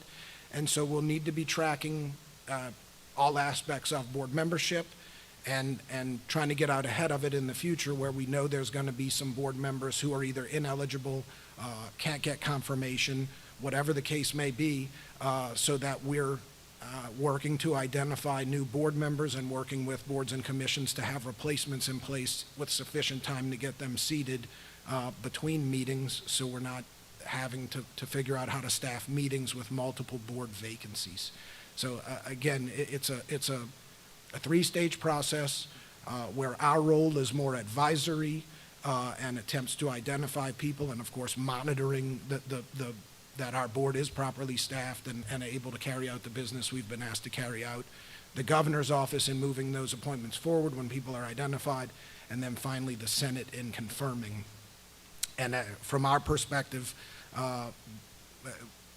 we need to improve our performance at the front end of that and monitoring it and being transparent with both stakeholders and board members about what board member status is, but also a better job of coordinating with the governor's office and the Senate to track those processes, and in the event there are any holdups that are outside of our control, that we can at least be aware of them, monitoring them, and taking any actions we can do to facilitate getting us good quality board members to fill out this board. I think Mr. Morris? Yeah, Ronnie Morris. I have a number of questions. So my first one is to our president, Mr. Ennis. I've served on this board for almost 6 years now, and I appreciate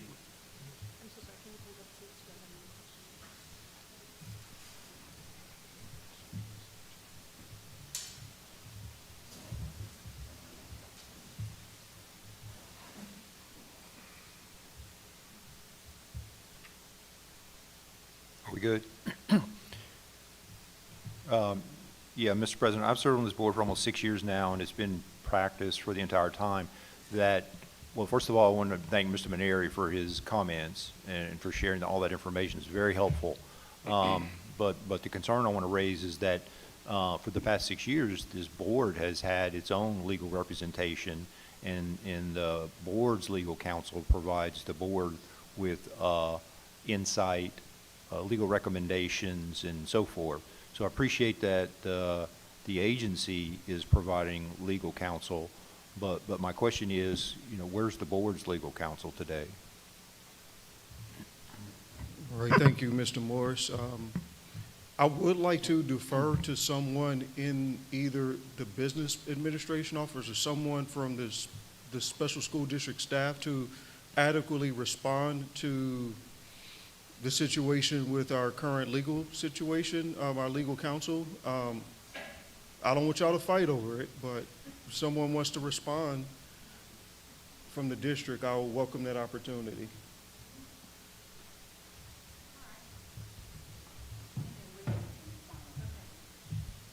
Delvecchio Piku. I'm the Executive Director over Business. As everyone knows, our board counsel is under contract. The contract ended on 6/30/2025. So with that said, it's against the rules for us to engage in any services after the contract ends. I created the contract personally myself.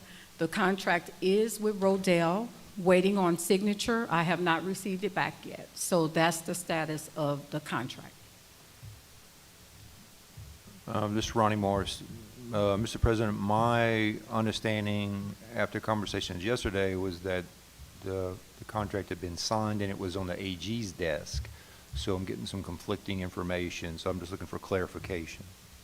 Well, thank you, and I believe Ms. PQ cleared it up nicely. Now, it was my appreciation not to intentionally misstate the facts and circumstances, but it is my understanding that Dr. Lewis did sign the contract. With some shape, form, or fashion, it was transmitted to AG's office, but that's new information for me that Rodale did not sign it. So maybe that's something, a conversation that need to be directed to their law office. So it is my appreciation that it's still some shape, form, or fashion has gone to the AG's office. But them not signing the contract is a little bit more concerning for me, and it is new information. So maybe we can find out why they haven't signed it yet, or what's going on with their situation, but I failed to articulate why they haven't signed it. Okay, Ronnie Morris, thank you. So my understanding is that the contract has been signed by the district and it's on the desk at Rodale Parsons. Just to complete the conversation with the process, so the board can appreciate, when we would in fact have legal representation of some sort. Assuming Rodale Parsons signs the contract, does it then go to the AG's office, or does that complete the requirements? And if it does go to the AG's office, why? I'll defer to Ms. Del Picu to answer that question. Delvecchio Piku, Business Office. All contracts go through OSP for signature. In particular, all legal contracts are required to be reviewed by the AG's office. So that is why that step is in there. Once he does sign the contract, the next step is us to submit it up to OSP. And then there are several people that are in that line. The Department of Civil Services reviews the contract. We also have the AG's office reviewing the contract. The Office of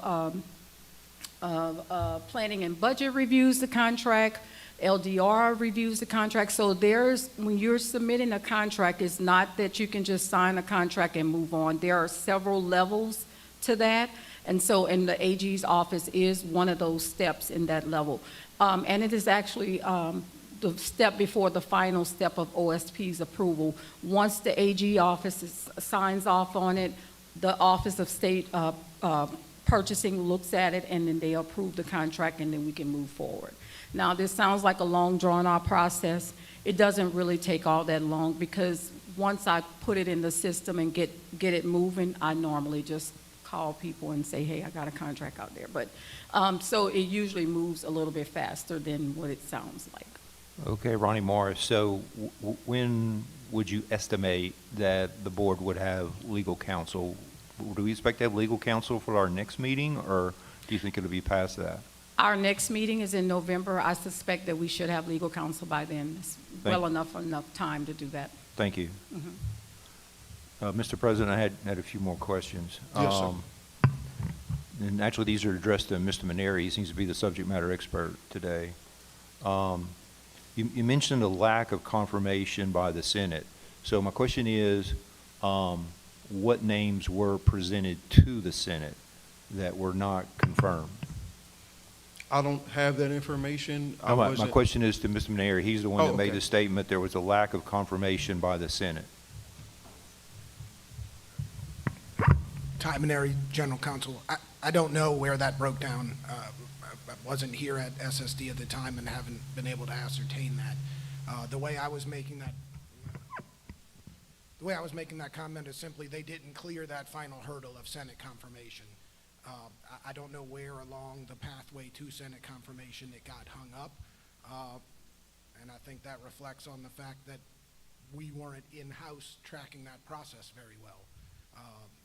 Again, at that point it was out of our hands. We do know they were identified, that the governor's office was aware that they were sitting at meetings, but where it fell down between there and them actually getting confirmed before the end of the Senate session. Well, I mean, my question really is, do we know if any names are actually submitted or not? That's what I'm really trying to get to. In this particular case, I do not. We do plan to seek that information in the future and track that process more closely. Okay, so we don't know if any names were submitted or not. That's what I'm hearing. Okay, thank you.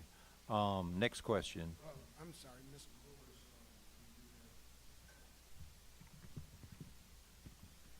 Whitney Green, I'm Executive Counsel here. Mr. Morris, I will try to address your question as best as I can. I was informally tracking this process from inside because I knew that we had 2 board members whose terms on boards and commissions expired on January the 8th of 2024. And that was at the end of John Bell Edwards' term. So they can hold over for up to 2 years at that point. There were names presented. I don't know who presented them. I'm assuming it was either through the Senate, through Marie Lively, or through boards and commissions, through Sherry Lassier. But we had board members that were confirmed by the Senate this year. If you go pull up the digest from June the 12th at the very end of session on sine die, every other board member here now has a term that ends in 2028, which is concurrent with Jeff Landry's gubernatorial administration. So I do not know where the breakdown is, whether it was with the Senate, whether the names were there and they were not confirmed and therefore deemed rejected. I don't know if the names were never presented to them.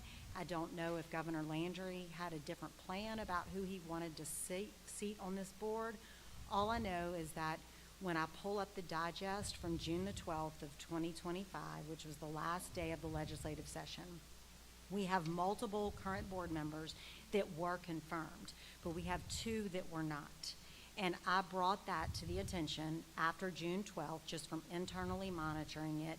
I spoke to the board president at the time, and I spoke to the superintendent at the time. I let them know that we had 2 board members that were not confirmed, and they told me to let it lie. Wow, so on June 12th, we knew that these 2 board members had not been confirmed.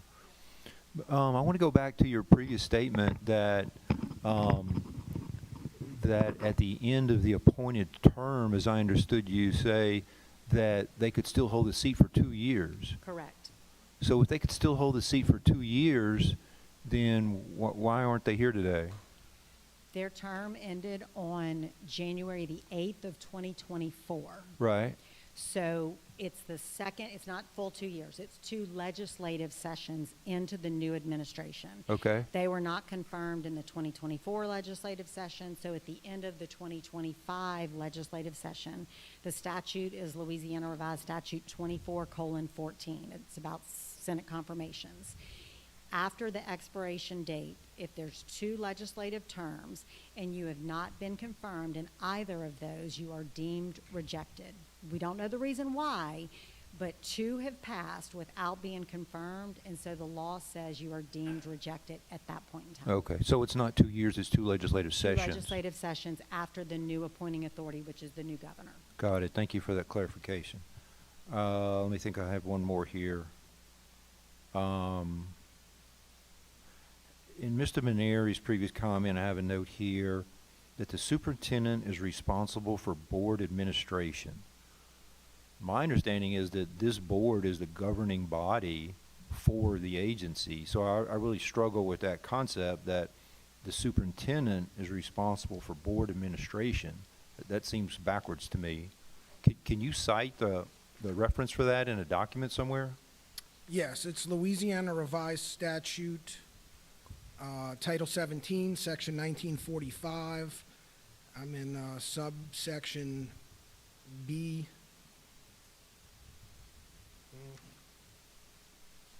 I'm sorry. Section 1945.1. And in section E5, E starts, in addition to the authorities granted by this section and any powers, duties, and responsibilities vested by any other applicable laws, the board shall, and this is the authorizing statute for SSD. If we go down to E5, select a superintendent who shall be the chief administrative officer of the district. And now I'm going to skip forward. This is the last sentence in there. The superintendent shall be responsible for all of the administrative functions, duties, and needs of the board, including but not limited to, and then gives out a list. But it's administrative needs, right? Correct. Okay, I think it's different than the administration of. Right. And So the superintendent is responsive to the board's needs. He's not providing the oversight of the administration for the board. no, absolutely not. I'm not talking about executive functioning, just administrative functioning at the discretion of the board. Again, if the board wants to volunteer additional of their time and make phone calls to boards, and the understanding is that, one, the board lacks a budget, and as a result, lacks a staff. Right. I just want to get clarification that Yeah, the superintendent is not, that person's responsibilities are not the administration of the board. That person's responsibility is to meet the needs of the board's administration as the board sees fit. Correct. Okay, thank you. Again, I just think this is one of the reason I brought it up in the context of this is one of those areas where I think the board would be reliant to some extent on SSD staff to do the tracking and legwork on this. Absolutely going to retain all board functions around if the board wants to make recommendations to the governor's office, if the board wants to do its own solicitation for board members. However you want to handle that, we're going to carry it out the way the board wants it carried out. But Great. As far as the actual day-to-day administration of your decisions, we have some role there. And again, I don't, previously, it seems that there was some breakdown, that either somebody on the board or somebody at the district should have known these board members' time was coming to an end before June 12th.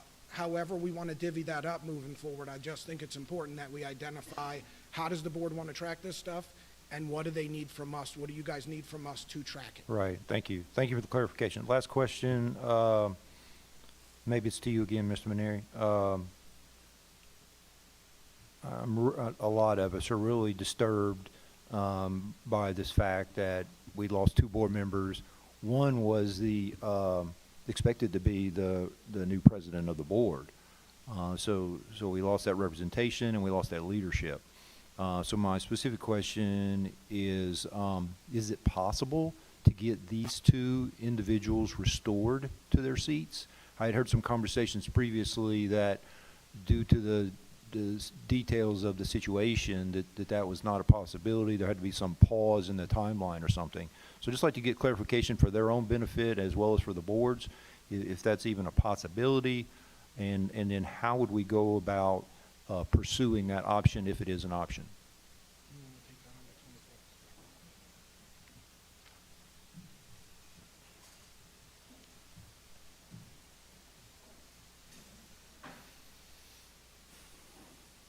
Okay. Mr. Morris, that same statute that I referred to earlier, this again is Whitney Green, Executive Counsel. In revised statute 24:14, it's talking about the whole Senate confirmation process. So if we get new board members, they can come in and serve immediately because you have to wait till the legislature goes back in session for their confirmation to be right, so to speak. But as a board member who has been deemed rejected, and I hate to use that word because Sherry and Kenny were both excellent board members. I hate to have lost their expertise. But the way the law is written, because they don't want this oversight to just allow you to put them back on the board, they can be put back on the board at some point in the future, but it has to be when the legislature is back in session, because since they were deemed rejected, and that's the language that the law uses, since they are not eligible to serve on our board until the board can confirm them while they're in session. So at some point in the future, when the legislature goes back in session in the spring, if they would like to call Sherry or Kenny to come back and serve on this, and they can get them confirmed because the legislature is seated and actively in session, they could come back. But as far as them serving right this second, they are not eligible board members until the legislature is back in session. Okay, just to follow up on that. So if I heard you correctly, it is possible to seat new members at this point without Senate confirmation. Yes. Okay, thank you. You're That's all the questions I have, Mr. President.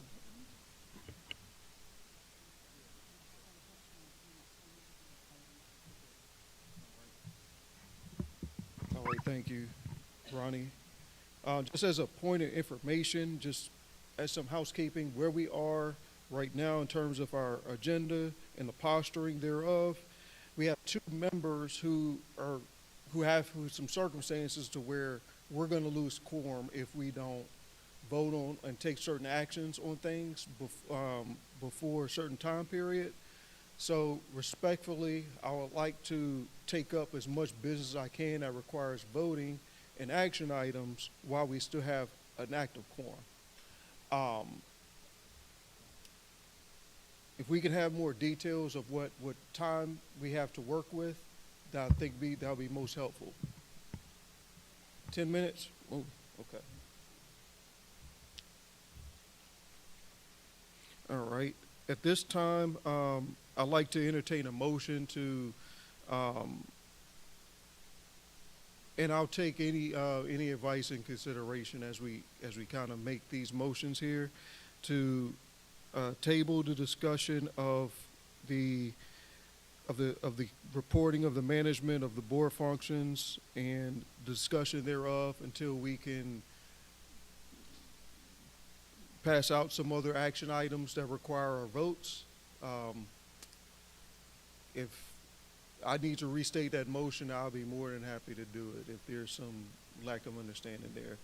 Mr. Morris. Yeah, Mr. President, I think it's appropriate that if we before we close this item, that we have to allow for public comment.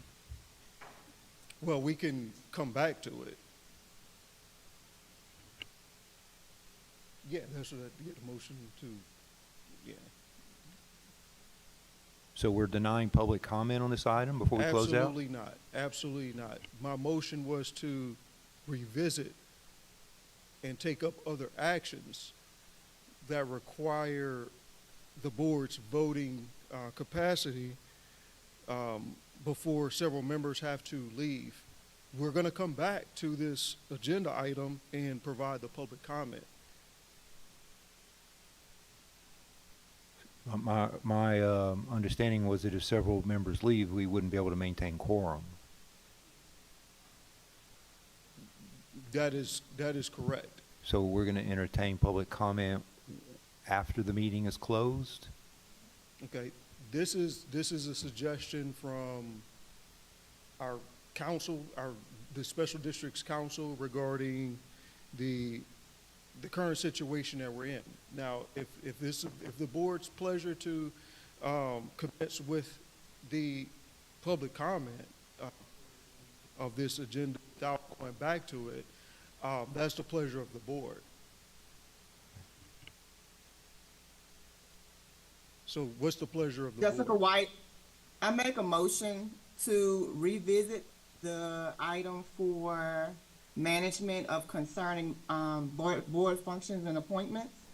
And we make that motion to amend the agenda to revisit the receipt of concerning the management of board functions and appointments and address items that require quorum, which include the consideration of requests for approval of amendments to SSD operating budget, items D, E, and F that requires quorum. All right, there's a motion on the floor. Is there a second? This is Catherine, I second. Okay, we have a first and second by Dr.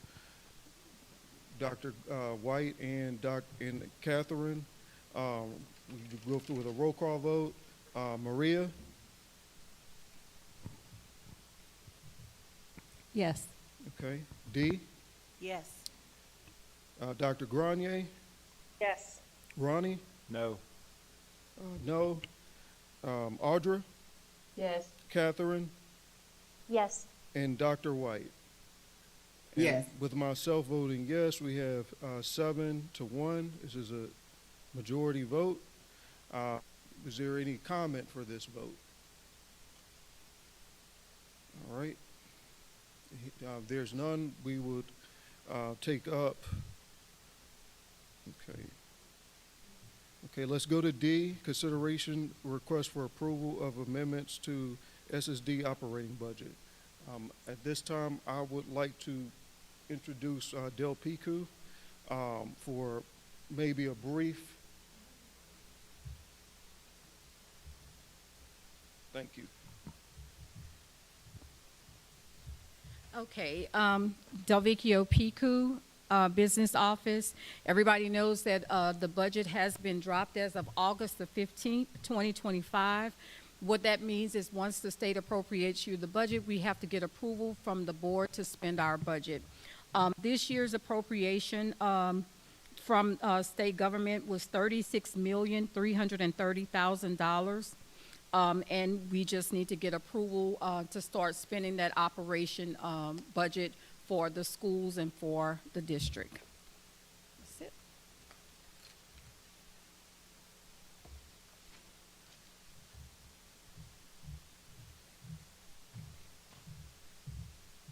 All right, thank you. This is Jamar Ennis. Is there a motion, entertain a motion to approve the amendments to the SSD operating budget in the interest of time? Mr. President, I have a question. Yes, What Mr. Morris. amendments are we approving? I'm sorry? What amendments are we approving? I haven't seen any amendments. Okay.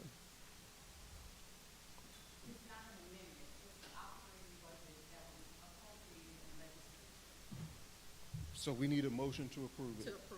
Okay. I'm just reading the item as it's stated on the agenda. On the agenda, it says consideration of request for approval of amendments to the budget. I'm just looking for clarification. Are we Okay. looking for approval of amendments to the budget, or are we looking to approve the budget as stated? Just looking for clarification there. And Del Piku will provide that clarification. So there, just for clarification, this is Delvicchio Piku. There are no amendments to the budget. The appropriated budget was $36,330,000, and that needs to be approved in order for us, even though it's appropriated and approved through legislature, this board has to approve us to move forward to expend those funds. And I want to add, in addition to that, legislature also appropriated stipends, teacher stipends, this year, and we also have to have approval for those stipends. So we're asking for the budget approval for that includes the stipends and the budget. Ronnie Morris, so has anybody on this board seen the budget? The budget is public knowledge. I don't know if our board secretary handed out the budget to you all, But it is located publicly. When they approve the budget, it's out there in the public. Yeah, I'd just like to know if any members have seen the budget before we vote to approve it. I've personally Well- not seen it, so I don't feel comfortable voting on it. Okay, so we can, I don't know what you want to do here, but I can tell you that it would discontinue services at this school if we don't get the budget approved. This is what was appropriated, and in order for us to expend, we have to have approval from the budget. If you all would like for me, if you want to move to the next question, I can go and get a copy of the budget. I don't know what you want me to do Okay, here. Jamar Ennis. Dell, could you stay for just a quick second? What is the time delay for us, the necessity of having to get this approved? Is this an immediate concern? Okay, is this something that if needed, that we need to have a special meeting on to? Okay, all right, okay.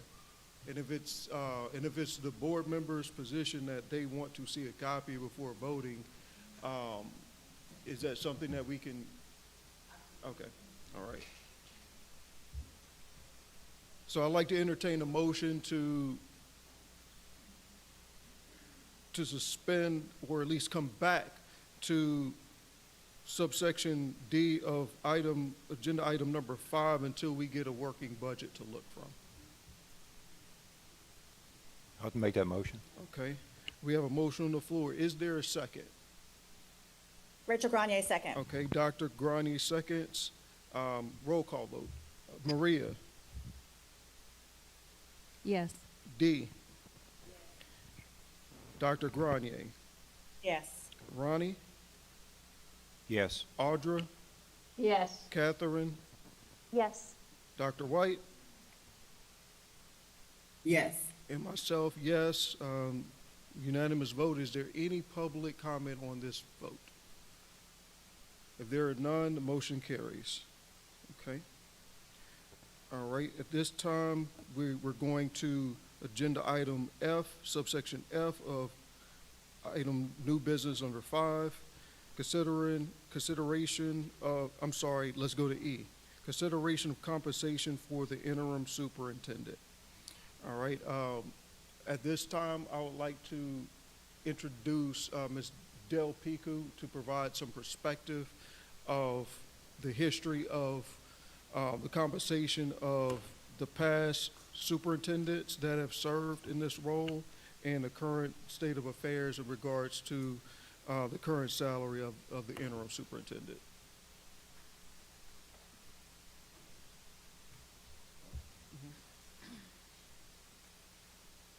15 more minutes? Okay, good.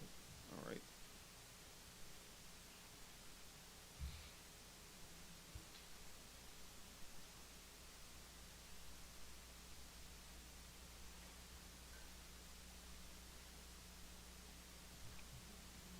Yeah, would you mind providing some perspective of the history and of the past superintendent's earnings and maybe inform the board of the current superintendent's salary at this point?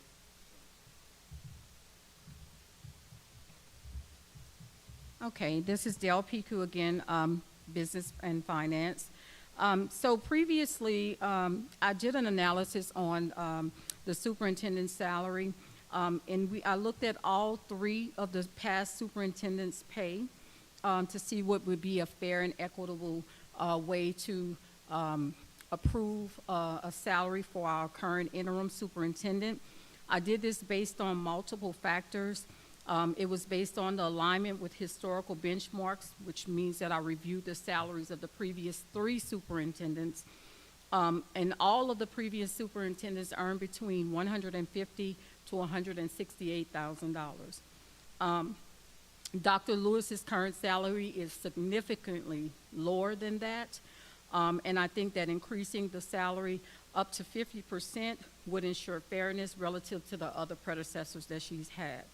This would be a 2% higher increase than what our previous superintendent had, and it was based on credentials, it was based on experience, and it was based upon the fact that Dr. Lewis is still managing our special schools programs, which is another school. So with that said, the recommendation, can I say the recommendation out loud? Which would be 50% would be to 171,693. That money is absorbed through attrition because we don't have a superintendent, so that salary is still there, which his salary upon leaving was 169,259. Thank you. All right. Yes, Mr. Mr. President, Morris. Ronnie Morris, I have a question. We've been in this situation before where we had an interim superintendent, and there was consideration for salaries given in those situations, recognizing there's a difference between an interim superintendent and a permanent superintendent. Those responsibilities are different. And so I'd like to understand what was the salary for the interim superintendent prior to Dr. Martin's announcement. Okay. All right, and this is Jamar Ennis. I'm gonna introduce Ms. Del Picu once again to provide the historical information if she has it.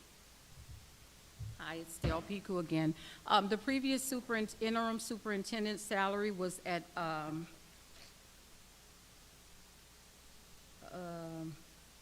$156,000, but keep in mind the credentials of that superintendent is not the same credentials as this interim superintendent. The previous interim superintendent, although who did a good job, Dr. Lewis has credentials as a doctor, and she also has experience as an educator, and so those are the factors that we pushed into that equation. So this is the Ronnie Morris. So this is a 50% pay increase. What was the percent pay increase for the previous interim superintendent? I didn't do it by percentage. I do know that her previous salary could have been in the range of, Mary, what was it, 134? But she went up about, it was almost, she was paid additional 20%, and it was $6,000 per pay period. I didn't do a percentage. Okay, but I think I heard you say it was 20%, right? Right. Okay, It was 20%. thank you. And again, just reiterating, the credentials are different and experience. See? Anybody else? All right, Jamar Ennis, this is directed to the board. Are there any appropriate motions at this time that the board sees fit to make concerning the superintendent's current salary? I'm sorry. I have a question. Okay, Dr. Grenier, for comment. From what budget is this being paid? Without having access to any budgets, it's hard to approve any salary changes. I don't want to vote unknowledgeable on where this is being paid from. Stipends, salary increases, I'm just uncomfortable without knowing that information. Thank you, Dr. Grenier. Delvicchio Pico again. This is being paid strictly through attrition through the previous superintendent who did not start this fiscal year. We had that budgeted already. And again, his salary was at approximately 169. This new increase would be 171. Thank you. You're welcome.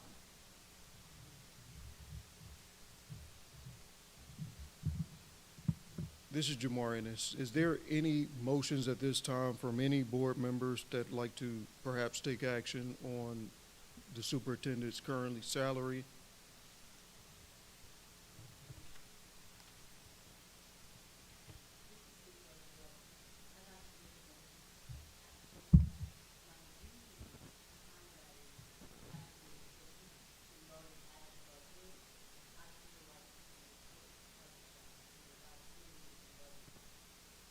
Okay. Okay. And Ms. D, is your motion tied to a specific number that? My motion is tied to the 171,000.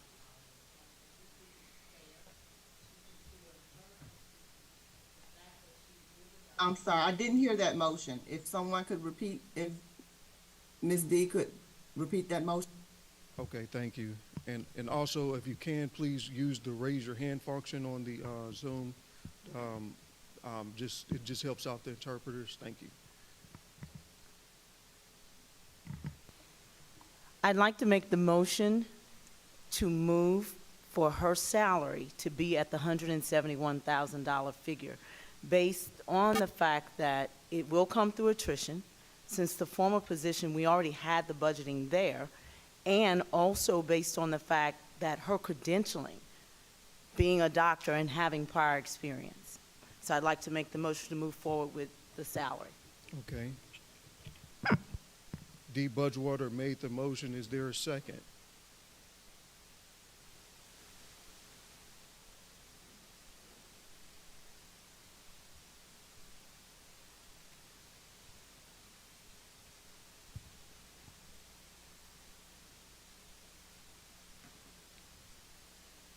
All right, there are no seconds. Going once, going twice. All right. Unfortunately, your motion can't move forward without a second. Mr. President, Yes. I'd like to offer a motion that the board approve a salary with a 20% increase. That would be consistent with past practice for interim superintendent, and it would also recognize, the step up, to superintendent in an interim role. And given the situation we're in today, I just feel like that's the responsible thing to do. So I'd offer that motion. Okay. All right, we have a motion on the floor by Mr. Morris. Is there a second?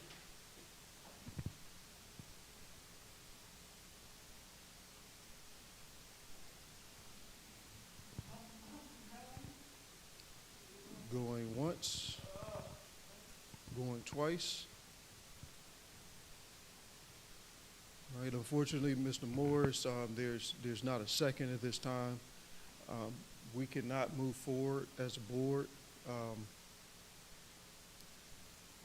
Mr. President, I'll try again. I'd like to offer a motion where we make a 25% salary increase, which would also recognize, some incremental value. I definitely feel like salary increase is appropriate. So I'd like to offer a motion for a 25% increase, given the responsibilities that we're asking. Okay, thank you. Are there any seconds to Mr. Morris's motion at this time?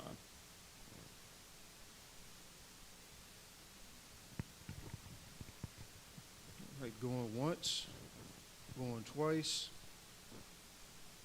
Fortunately, we're in the same position where we can't move forward without a second.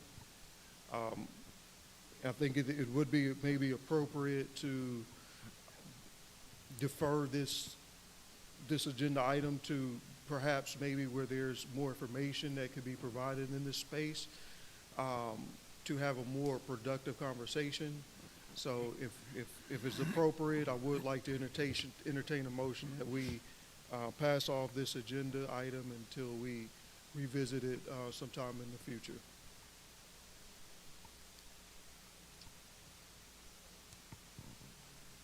I second that motion. Okay. First, the initial motion must be made before a second. As a chair, I can only entertain motions. I'll make the motion.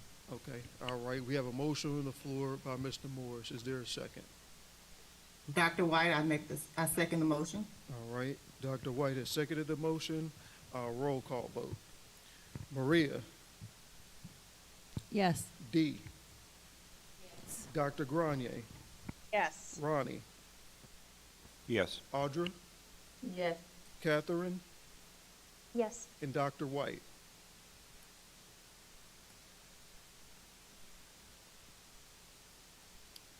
And Dr. White, I think you're muted.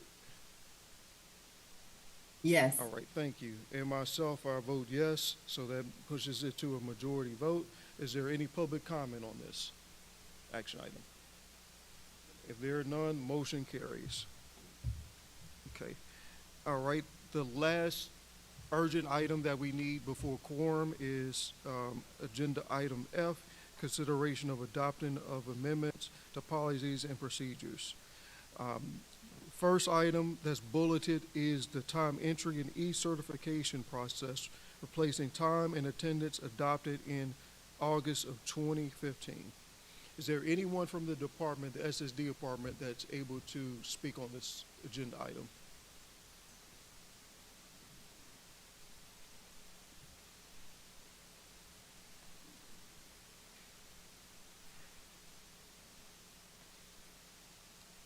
Is there anyone from the department that's able to speak on agenda item F, the first bulleted point, time entry and e-certification, replacing the time and attendance adopted in August of 2015? All right. Thank you. Please introduce yourself. Mary Gloston, Human Resources Director. The first policy, time entry and e-certification, is replacing a very old time and attendance policy. The purpose for this is to set some standard guidelines for applying time and attendance information in the payroll system. This is one area that has been audited repeatedly with many questions on our processes in the department. So this is these guidelines will be given to each employee on the standardization of that process to ensure that we are reporting information that supports payroll in an accurate and timely manner. Any questions?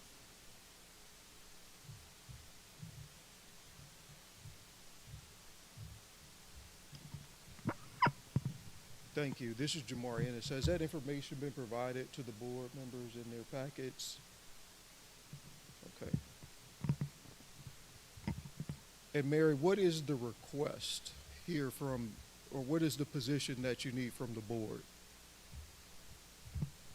Mary Gloston again. These policies, the three policies, but this one in particular has been approved by the superintendent. It's been vetted by the legal department, myself, and the superintendent. She has already provided approval, and now we just need adoption by the board.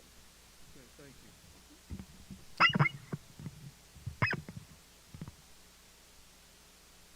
And at this time, I'd like to entertain a motion to approve the updated policy relative to time entry and e-certification. Mr. President, I had a question, just real quick. Other boards I sit on, you know, one of the big issues on this topic is return to work, given the previous norm where, you know, remote work was the norm. Just want to clarify, you know, what the policy is at SSD with regard to return to work and remote work. Mary Gloston again. SSD does not have an updated policy for remote work or telework. When Governor Landry discontinued remote work from the state agencies, the policy that was in existence at that time died with that directive. Therefore, there is no policy going forward for telework at this department. Thank you for that confirmation.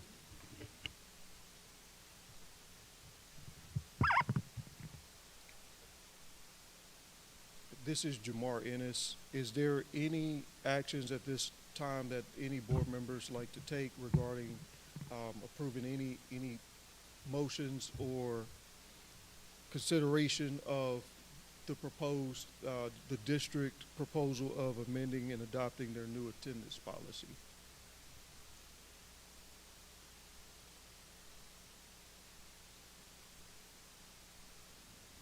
Mr. President, I motion that we approve the procedure Okay. as presented. All right, we have a motion on the floor to approve the proposed time entry and e-certification policy proposed by the district. Is there a second?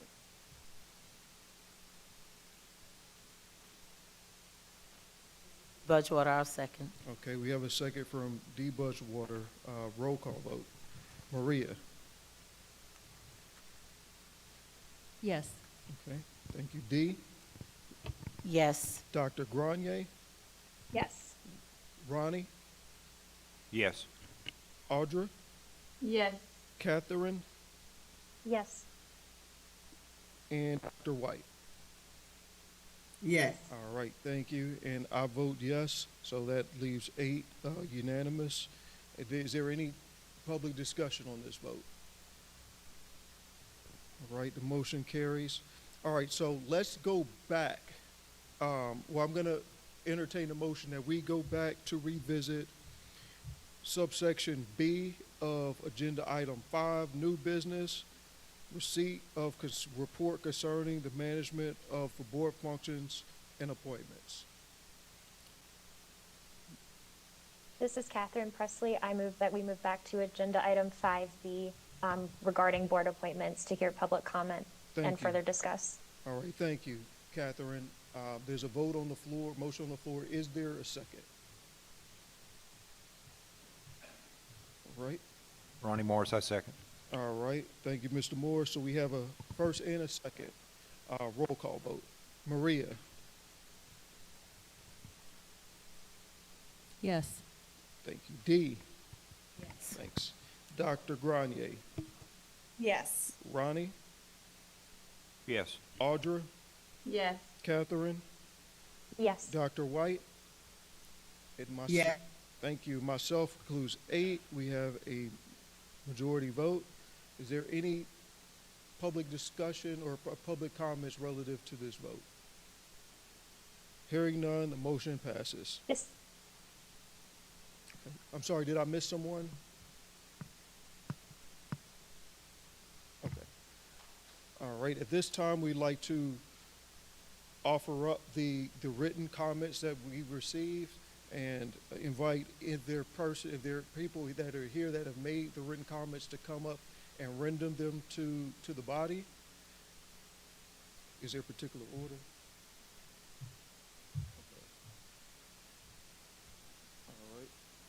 All right, I'd like to introduce Mr. Jay Ish, I see is here, to provide public comments on this agenda item.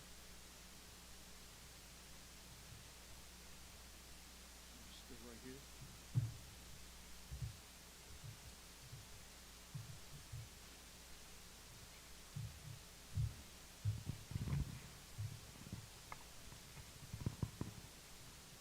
Yes, hello everyone. My name is Jay Ish. I represent the Louisiana Association of the Deaf.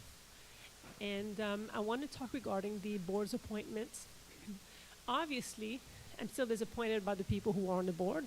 We had 2 deaf people on the board. We're the only 2 people who volunteered on the board. We only had 2 people to volunteer to be here on the board. The rest of you are paid, right? There's only 2 volunteers. So with all due respect, I'm not diminishing your role, your contribution to the board in any way, but the 2 deaf people have a passion. They really want to support the school, advocate the school and the children, and both of them also are deaf, so they do understand what it is to have a disability. They both have a disability. They are deaf and they have the understanding of what it's like. So I feel like as we move forward with all these procedures, we don't have deaf representation. Dr. Grenier, she's on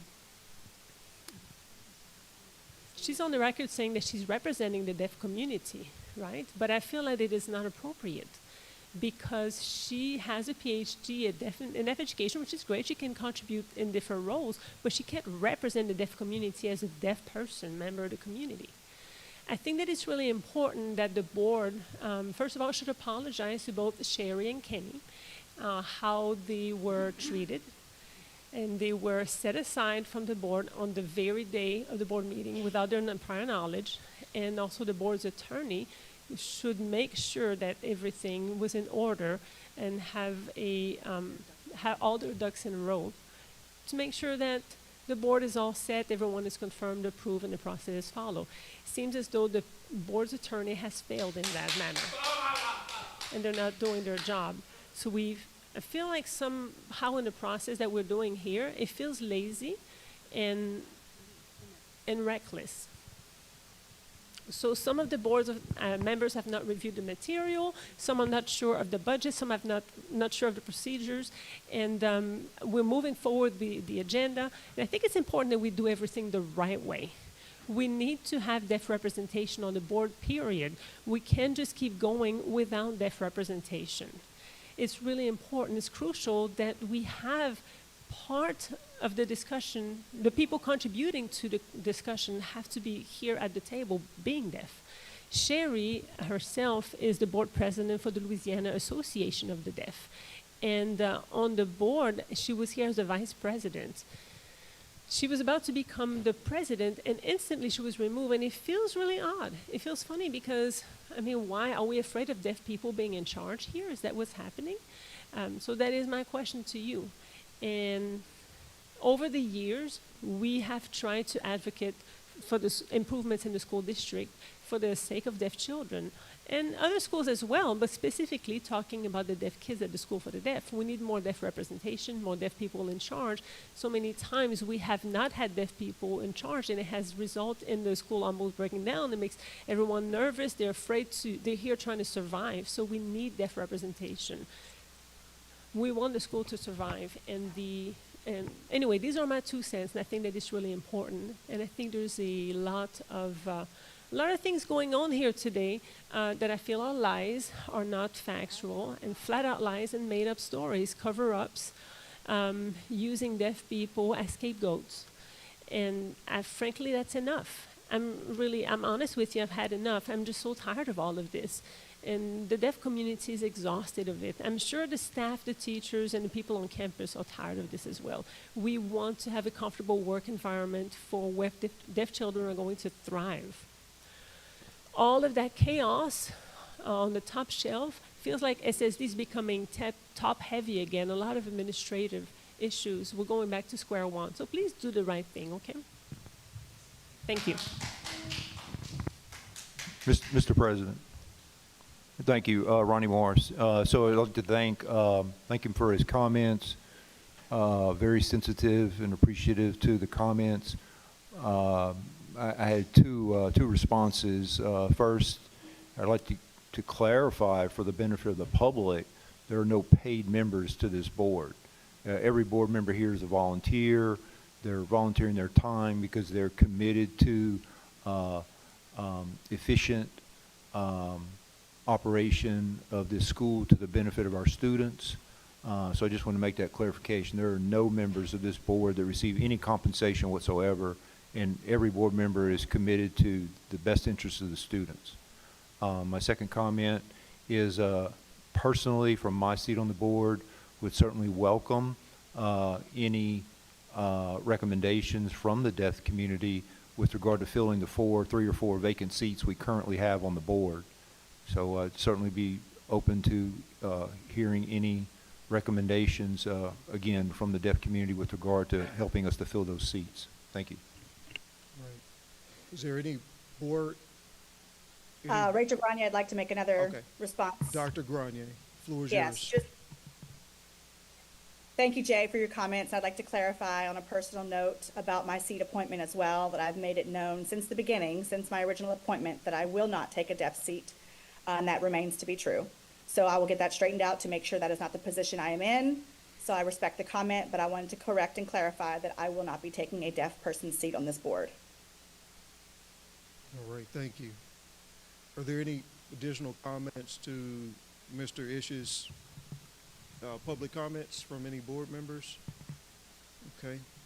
All right, this time I would like to introduce Ms. Jana Broussard, who's submitted a public written comment card. She's in present with us, so I'll give the floor to Ms. Jana Broussard.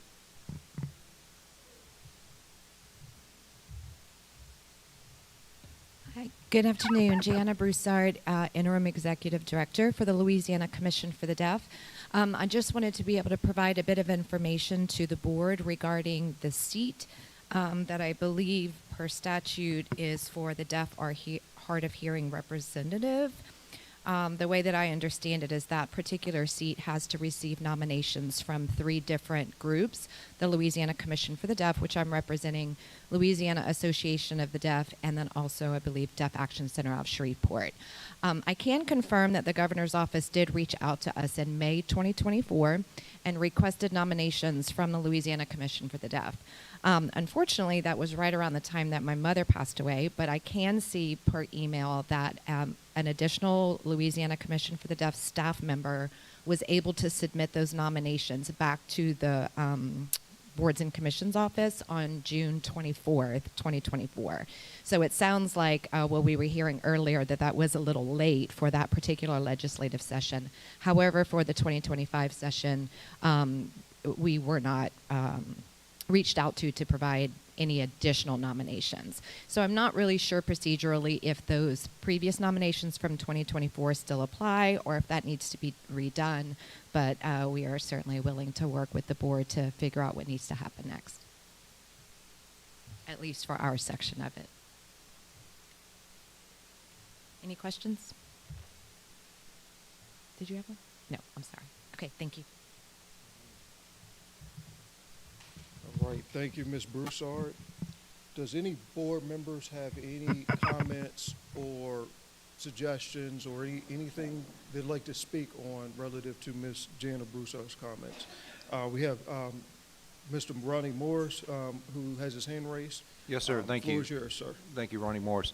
Yes, Mr. President, I'm wondering if it's possible that members could be provided with the specific criteria for each of the vacant seats, so we can appreciate. I understand there's 3 criteria for the seat in question, but given the 3 or 4 vacant seats we have, I'm assuming there's specific criteria for each one of those.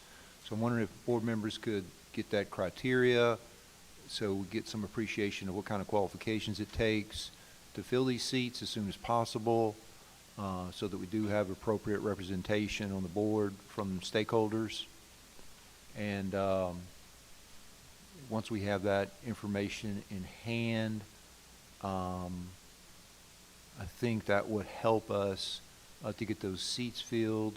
The other thought I would like to share, appreciate other board members' thoughts as well, is what kind of formal process does the board want to put in place going forward so that we don't have a repeat? All right, thank you, Mr. Morris, and I think that does fall back on several things that Dr. Lewis mentioned earlier in her report. Was one of the shortcomings from the board, that there's one, a lack of training amongst board members for us, myself concluded. Me having coming back to this space in 2024, there's a lot that's happened, and there's several new members who may have not have known, I guess, the history, some of the issues, concerns. So I do believe that it's always best practices as board members that we are constantly under the continued obligation for a continuing education opportunity of what board members, what our obligations are, the compositions, everything that's associated with being a member. So in the past, we were giving this binder, right? However, it just stopped at that. So we know that Title 17 has the requirements of the board members, I guess the specifications of how they should be appointed. I don't know if many of you have, members have been, have these binders. I know I have mine. I keep mine. I try to bring it to every board member meeting that we have, but obviously, I don't have it with me on the podium right now, but I have one that's been afforded to me by our SSD council. So if there's any action items that we can take up to address the concerns that for policies and procedures that we don't necessarily have at this point, and that was another shortcoming that was found in the audit. So that's something that we can obviously improve upon. So it's in our hands. It's in the board's hands to move forward and ensure that these things don't happen again. So I can tell you that I was CC'd on the email where the names that Ms. Jana Broussard spoke of was forwarded by boards and commissions. They did receive it. I was on that email. So I brought to their attention that these seats must be filled, considering what happened to Sherry and Kenny. It's obviously the board's position whether or not do we wait for Kenny and Sherry to be appointed, or do we make new members? Do we appoint new members? That's what I understand, what I perceive to be something that you asked earlier today, or do we appoint new members to fill the voids of having deaf advocates on this board? So this board can take any action, make any votes, and I don't want to jump the gun here. We have one more in-person comment that a person that's here with us has made public comments that wants to speak. So we can address this now as a board, or we can allow our last person who requested written comment to speak, to do that first and revisit this as a board, or whatever the pleasure of the board is. Ronnie Morris, I would suggest that we get the additional public comment so we give that individual an opportunity to speak to the board. All right, thank you. Jamar Ennis here. So now this is the appropriate time. I'd like to introduce Miss Jerry, excuse me if I pronounce your name incorrectly, Pilk, Miss Jerry Pilk, to the podium to render public comments, and she may we may need to get this mic for her.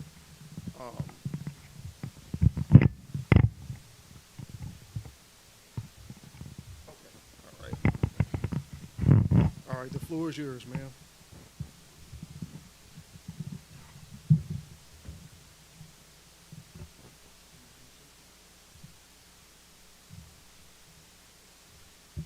Hello, my name is Jerry Pilk. I am a mom to a deaf child, and I wanted to make a consideration for the board to think about the people they're going to nominate. Looking at some of the criteria, I noticed that some of them have to be from certain areas in the state.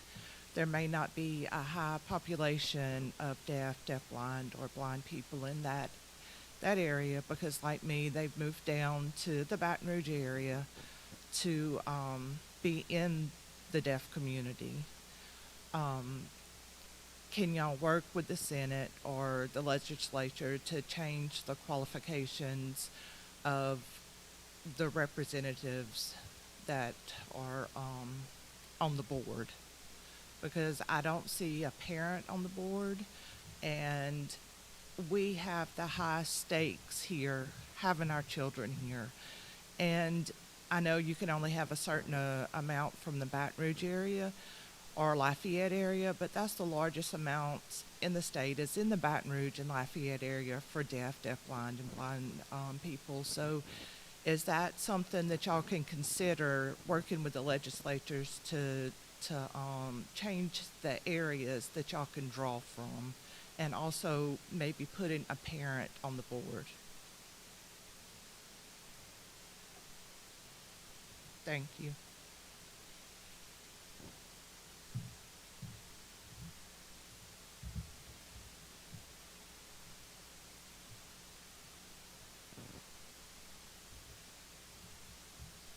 All right, thank you. And before we turn things back over to the board, is there any board comments on Jerry's public comment? Yes, sir. Mr. Ronnie Morris? Yeah, Mr. President, I'm happy to work with legislators to consider changes to the requirements so that we can get these seats filled. But I'd really like to get input from board members and stakeholders with suggestions. My initial thought is that instead of making some of the current stipulations requirements, maybe we could make them preferences instead, so that if those initial preferences cannot be satisfied for logistical reasons or whatnot, then we could go to a step two, which would be in the best interest of serving, again, our students and our constituents. But I'm happy to take that item, work it with the legislator, and see if we can't get that in place as soon as possible. Okay. All right. At this appropriate time, I would like to invite Ms. Whitney Green to just explain the LDH regional limitation that Jerry spoke on in her public comments a few moments ago, and how it's possible to move forward and get these changes. again,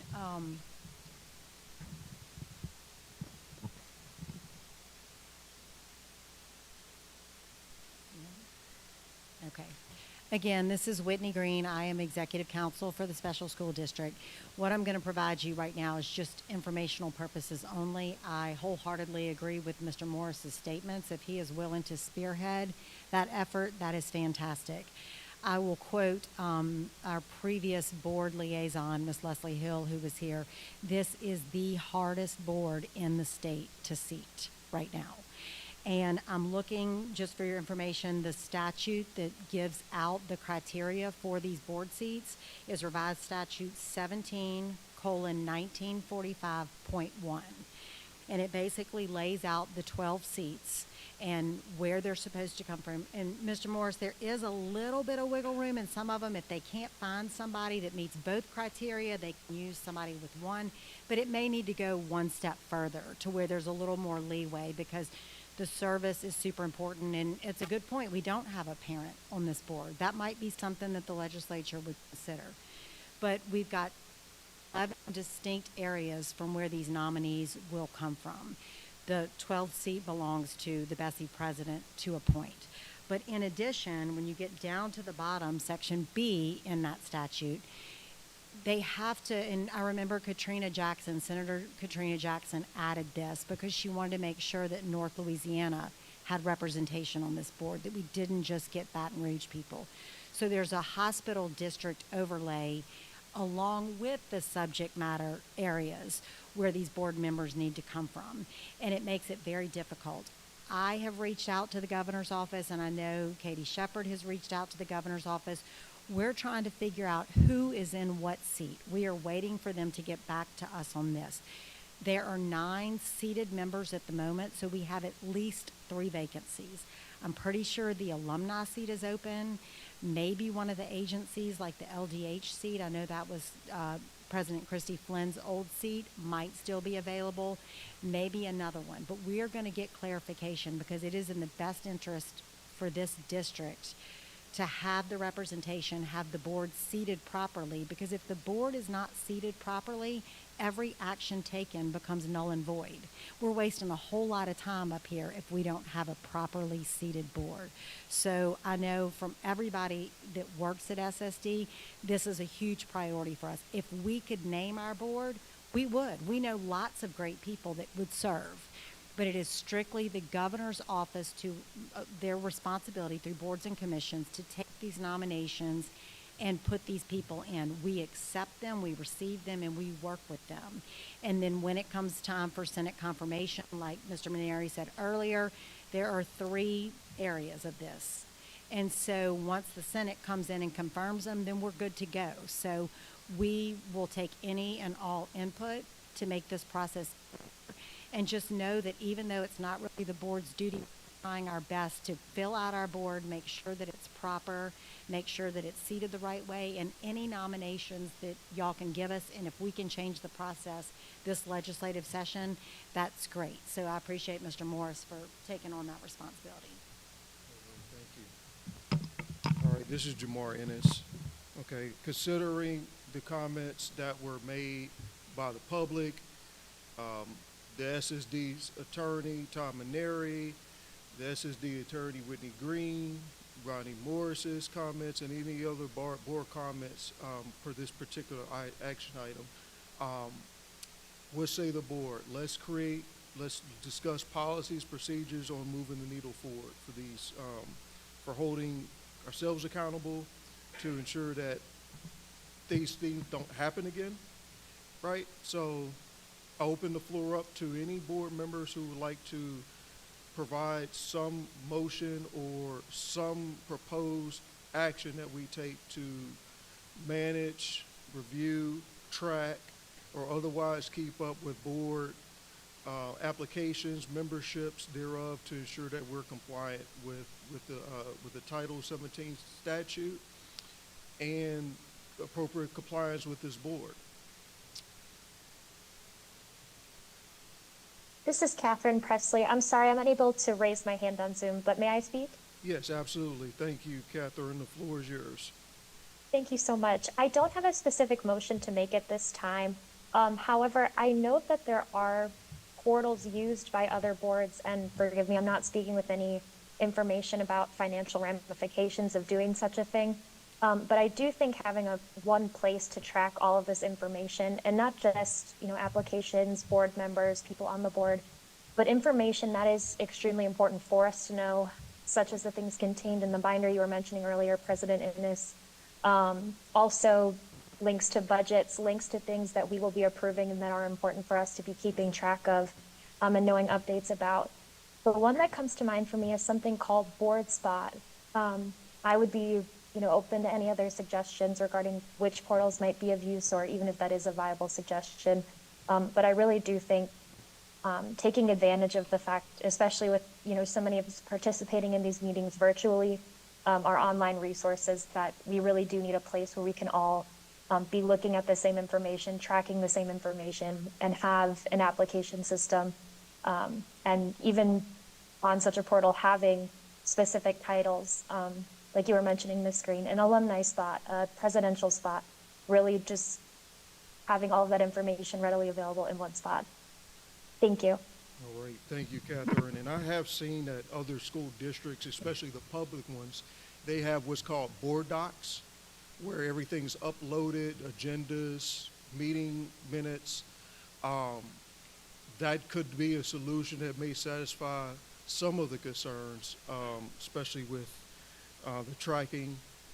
However, there still needs to be some aggressive work to stay on top of interacting with the Louisiana Senate, boards and commissions. Sometimes it does take calls, inquiries, emails to be sent by persons to ensure things are going accordingly. So, we do have one suggestion that there be a portal established just for the orderly administration. Is that the tenor of your comments, Catherine? That is correct. Okay. And Mr. from your Mr. experience, this portal, like the portal that you recommended, was called Board Spy? I believe it was called Board Spot, and that Spot. truly was just an example, not a specific suggestion. I'm sure that there are other portals that might suit the needs of this board better, and I'd be glad to do some research. But that was just sort of a dummy example that I thought would well represent what I was trying to explain. Okay. I would like to, I'm sorry, Mr. Morris, can I have Dr. Lewis maybe interject here to see if she's maybe looked at this opportunity to maybe procure certain programs, software, previous to our conversation, or what preferences or what could help her in this capacity? Dr. Lewis? Yeah. I have seen other local LEAs utilize board docs as a storage place, archive place for their various board meetings, agenda items, and so forth. So that's something that we can definitely take a look at, because I think it'll be most beneficial to everybody on the board, and it will keep everybody in the know about what proceedings we have, what items are out there, and they can review those documents anytime they wish. Okay, thank you. I can take a look at that. All right, Mr. Morris had his hand raised. Mr. Morris. Yeah, thank you, Mr. President. Appreciate that suggestion for reference. One of the other things I think we should consider is a formal process. So I'd like to make a motion to ask our officers to work with the appropriate folks and bring back a recommendation to the board for a formal process to ensure we don't get a repeat here for the board's consideration in November. Okay. And this is Jamar Ennis. I just want to fully appreciate, understand the motion that you're making. The motion that you're making is to develop a formal process or make one now? I'd like to see the board give it some thought with some stakeholder input and bring a presentation back, a recommendation back to the board at our next meeting as an actionable item. Okay. For that, respectfully point of information, I do have some questions for this motion. How would you like to solicit public input? As I know, the open meeting laws dictate that open meetings is the appropriate forum to do it. I might have misstated, so let me rephrase it. I would suggest that the officers consult the appropriate resources to bring a recommendation back to the board, and then that recommendation would be subject to public comment as well as review by the board. So bottom line, if the officers could bring something, a formal process, back to the board at our next meeting, we'd give it consideration, so we could get that in place so that we would avoid a repeat going forward. All right, thank you. And just for more public, just point of information, when you say officers, are you meaning the board of directors or just the president, secretary, treasurer? The officers of this board, the president, the vice president, and the secretary treasurer, the leadership of this board. All right, there's a motion on the floor by Mr. Morris to have the officers recommend policies and procedures relative to tracking board memberships and board documents, such as getting a portal for the management of board meetings? No, sir. Just for clarification, point of clarification, my specific motion is asking the board officers to bring a formal process to the board for ensuring that we have appropriate number of member seats in place so that we can avoid a repeat of empty seats so that we're not able to make quorum. I think the board docs concern is a separate item. Okay, I just want to make sure. So I'd like to keep those separate, just keep it focused on a work process to ensure that this board is properly seated. Okay, so there's a motion on the floor for the officers of the special school district board to make recommendations for properly assuring that this board, the SSD, that is properly seated. Is there a second?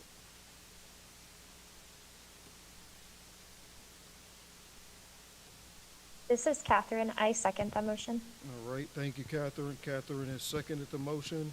All right, it is time for a roll call.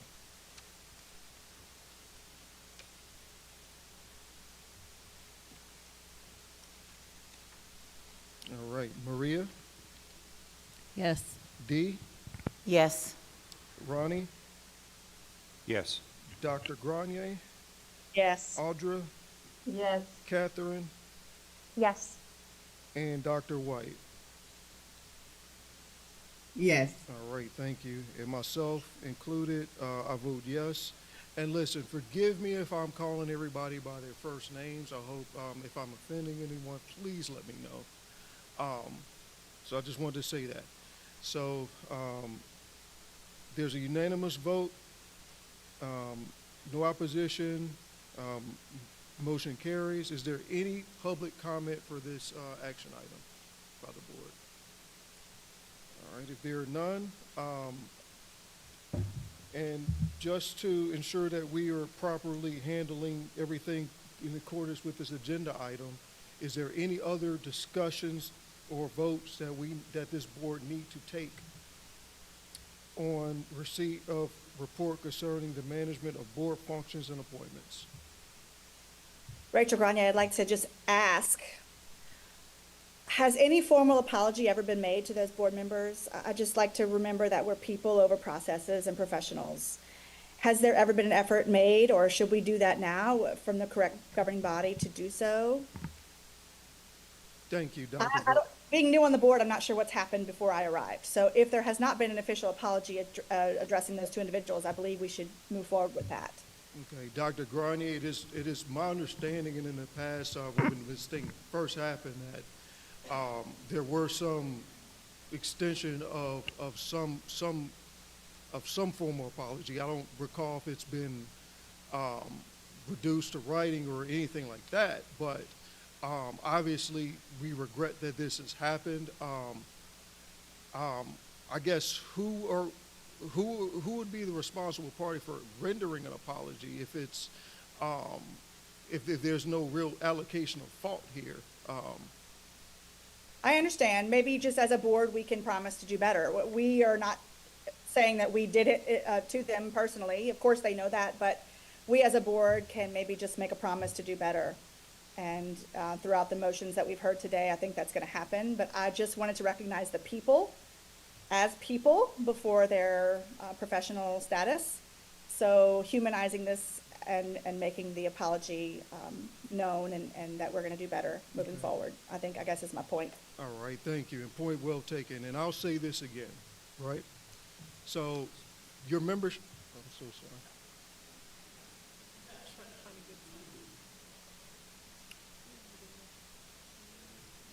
You want me to go or, okay. And look, as the president of this special school district that I've assumed 2 months ago, we just know that we were handed something that was broken in terms of not having policies, procedures, things, safeguards to prevent these things from happening. So, Mr. Ennis. I'm sorry, Maria? I regret to inform you, this is Maria speaking. I need to leave now. Okay. I have another appointment to attend to. Okay. All right, I was getting ready to give the best heartfelt apology before. So is there any other action items that we need to take up before we? I understand, thank you. Okay, all right. Well, thank you, Maria. We understand that you have to go.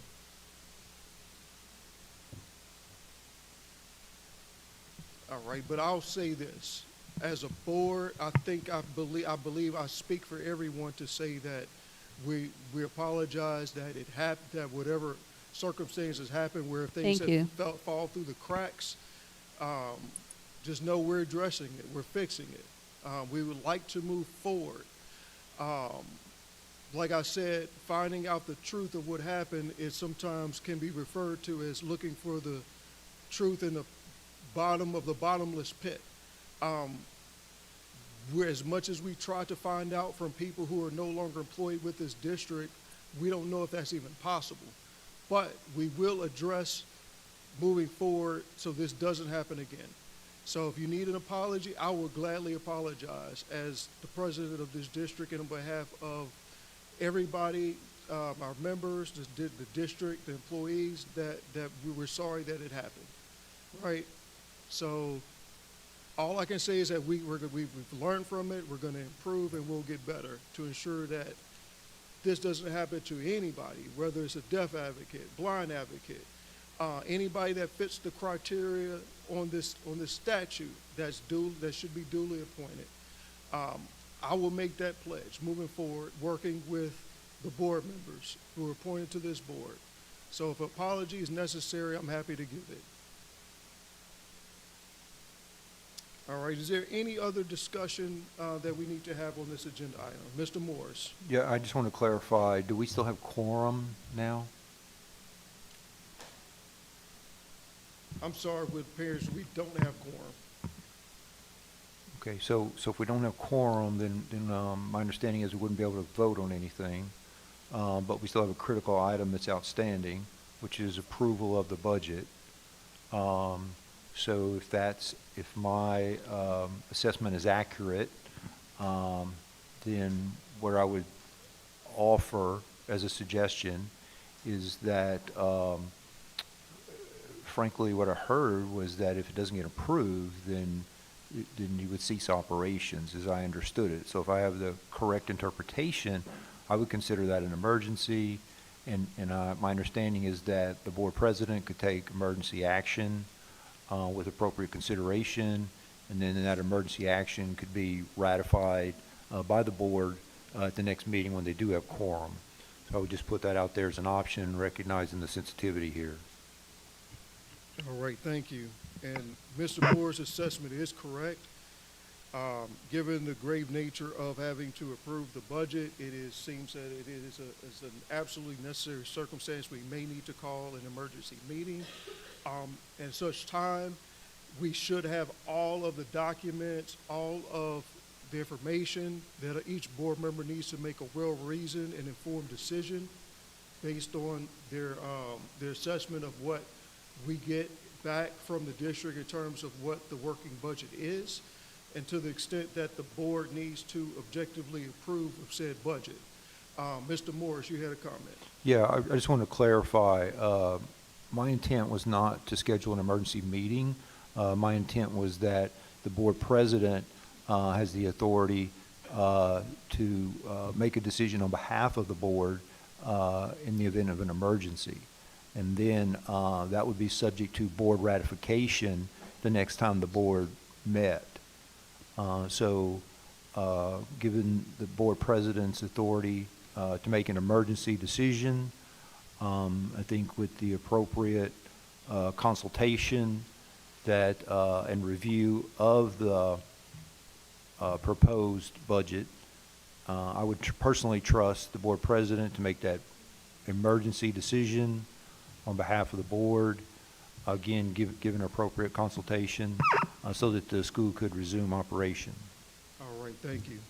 Okay, so we're gonna look, I don't believe I have that power based on the way the statute is drawn up under Title 17, but if necessary, I just want everybody to look at their calendars to determine if we need to meet on an emergency basis. It'll be quick. Obviously, it'll be one agenda item. Everything will be circulated to the board members and to the public relative to the budget that's out there, that's already public information, so that we can take the appropriate action. But I am compelled to tell you that we have approximately 18 minutes left before we have to adjourn. So everything, since we don't have a voting quorum now, everything here is just for information only, and for a healthy discussion that we could take up in next meeting, in other meetings that we have scheduled, and any emergency meetings that we need to schedule. All right, with that being said, we received an NV proposal for consulting to determine how they will fit in for a superintendent search. They were invited to this meeting. However, it was raised by Mr. Morris that in the interest of fair play, it may be wise to create some kind of an agreement to where we get the previous consultant who did the last superintendent search an equal opportunity to propose to give information to this body on maybe how they would do the search, or perhaps what they believe their role is.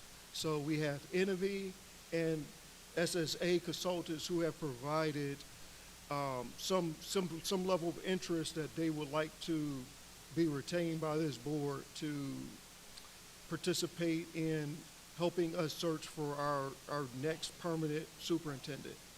So does any board members have any comments relative to this? And this was item G under new business, section 5 of the agenda.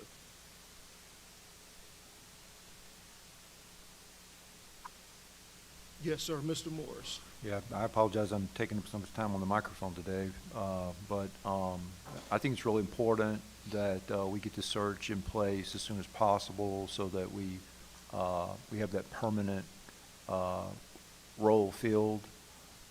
So as soon as we find out if an emergency meeting is going to be required for the budget, then I would suggest we add this item to that agenda so that we can get that search process going.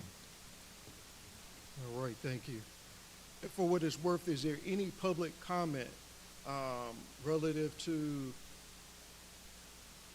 any procedures relative to the board's capacity to initiate and begin the search for the permanent superintendent role for the special school district. Is there any comments? Yeah, come on. At this, wait, I'm sorry, you got to introduce yourself. So at this time, I'd like to introduce Ms. Dell PQ from the special school district. This is Dale Piku, and I'm the business office manager. I do have a comment, or rather a suggestion, not a comment. We do have several spaces in which we can advertise for the superintendent for free. And I was just wondering if that would be also be a consideration for us to have that, because we do have to consider budget when we do hire on somebody to do this search, which is something that we have not budgeted for. I'm not saying that we can't find the funding for it, but I would like to see if we can have some more opportunity to look at the superintendent search in the spaces that the state has allowed us through civil service and other areas. All right, thank you, Dale. Thank you, Dale, for those comments. And of course, we have to take everything under advisement. We cannot take any voting action items at this time, so thank you for those comments and those suggestions. So hopefully the board can gather its thoughts and make a healthy recommendation or motion that's appropriate at our next meeting. So our next meeting is duly scheduled for November, I believe November 9th, if I'm not mistaken. So with that time, we will plan to meet as a body, and hopefully we can get more clarity to how we manage our meetings in terms of getting agendas. So things like that, I think, will come together as we collectively figure out best processes and figure out how to manage our goals, and get everything on a succinct playing field to where we can be better organized as a body. So with that being said, we will, I think it's not unless there's any other comments from our board, we don't need a formal motion to adjourn because we don't have quorum. We appreciate everybody who's traveled here to Brightside to participate in today's meeting. We have Mr. Ronnie Morris for a comment. Yes, sir. I'd just like to get clarification on the budgeting item. As I understand it right now, the school can't continue operations without approval. So I feel very uncomfortable leaving the campus today without some appreciation for how the school's going to operate without that approval. So if we could just get some clarification on that, I'd appreciate it. That is a very fair position. So I will, at the conclusion of this meeting, I will personally meet with the district's attorneys to vet whether or not I have those emergency powers to approve. I'm not so certain that I do, and to the extent that is necessary, immediately reach out to members to schedule an emergency meeting to address the issue at hand. I think that's the best response. I don't know, in this case, I believe, a good answer to the extent of finding out from the truth for such an extraordinary circumstance that the district is in. So with that being said, I wish everybody the best. Thank you for traveling here. For those who have traveled across the state to participate in person at this meeting, thank you for everybody who's joined online with us. Thank you to all the members for your service and your commitment to the special school district. It is 12:48, so respectfully, I'd like to informally adjourn this meeting at this time. Thank you.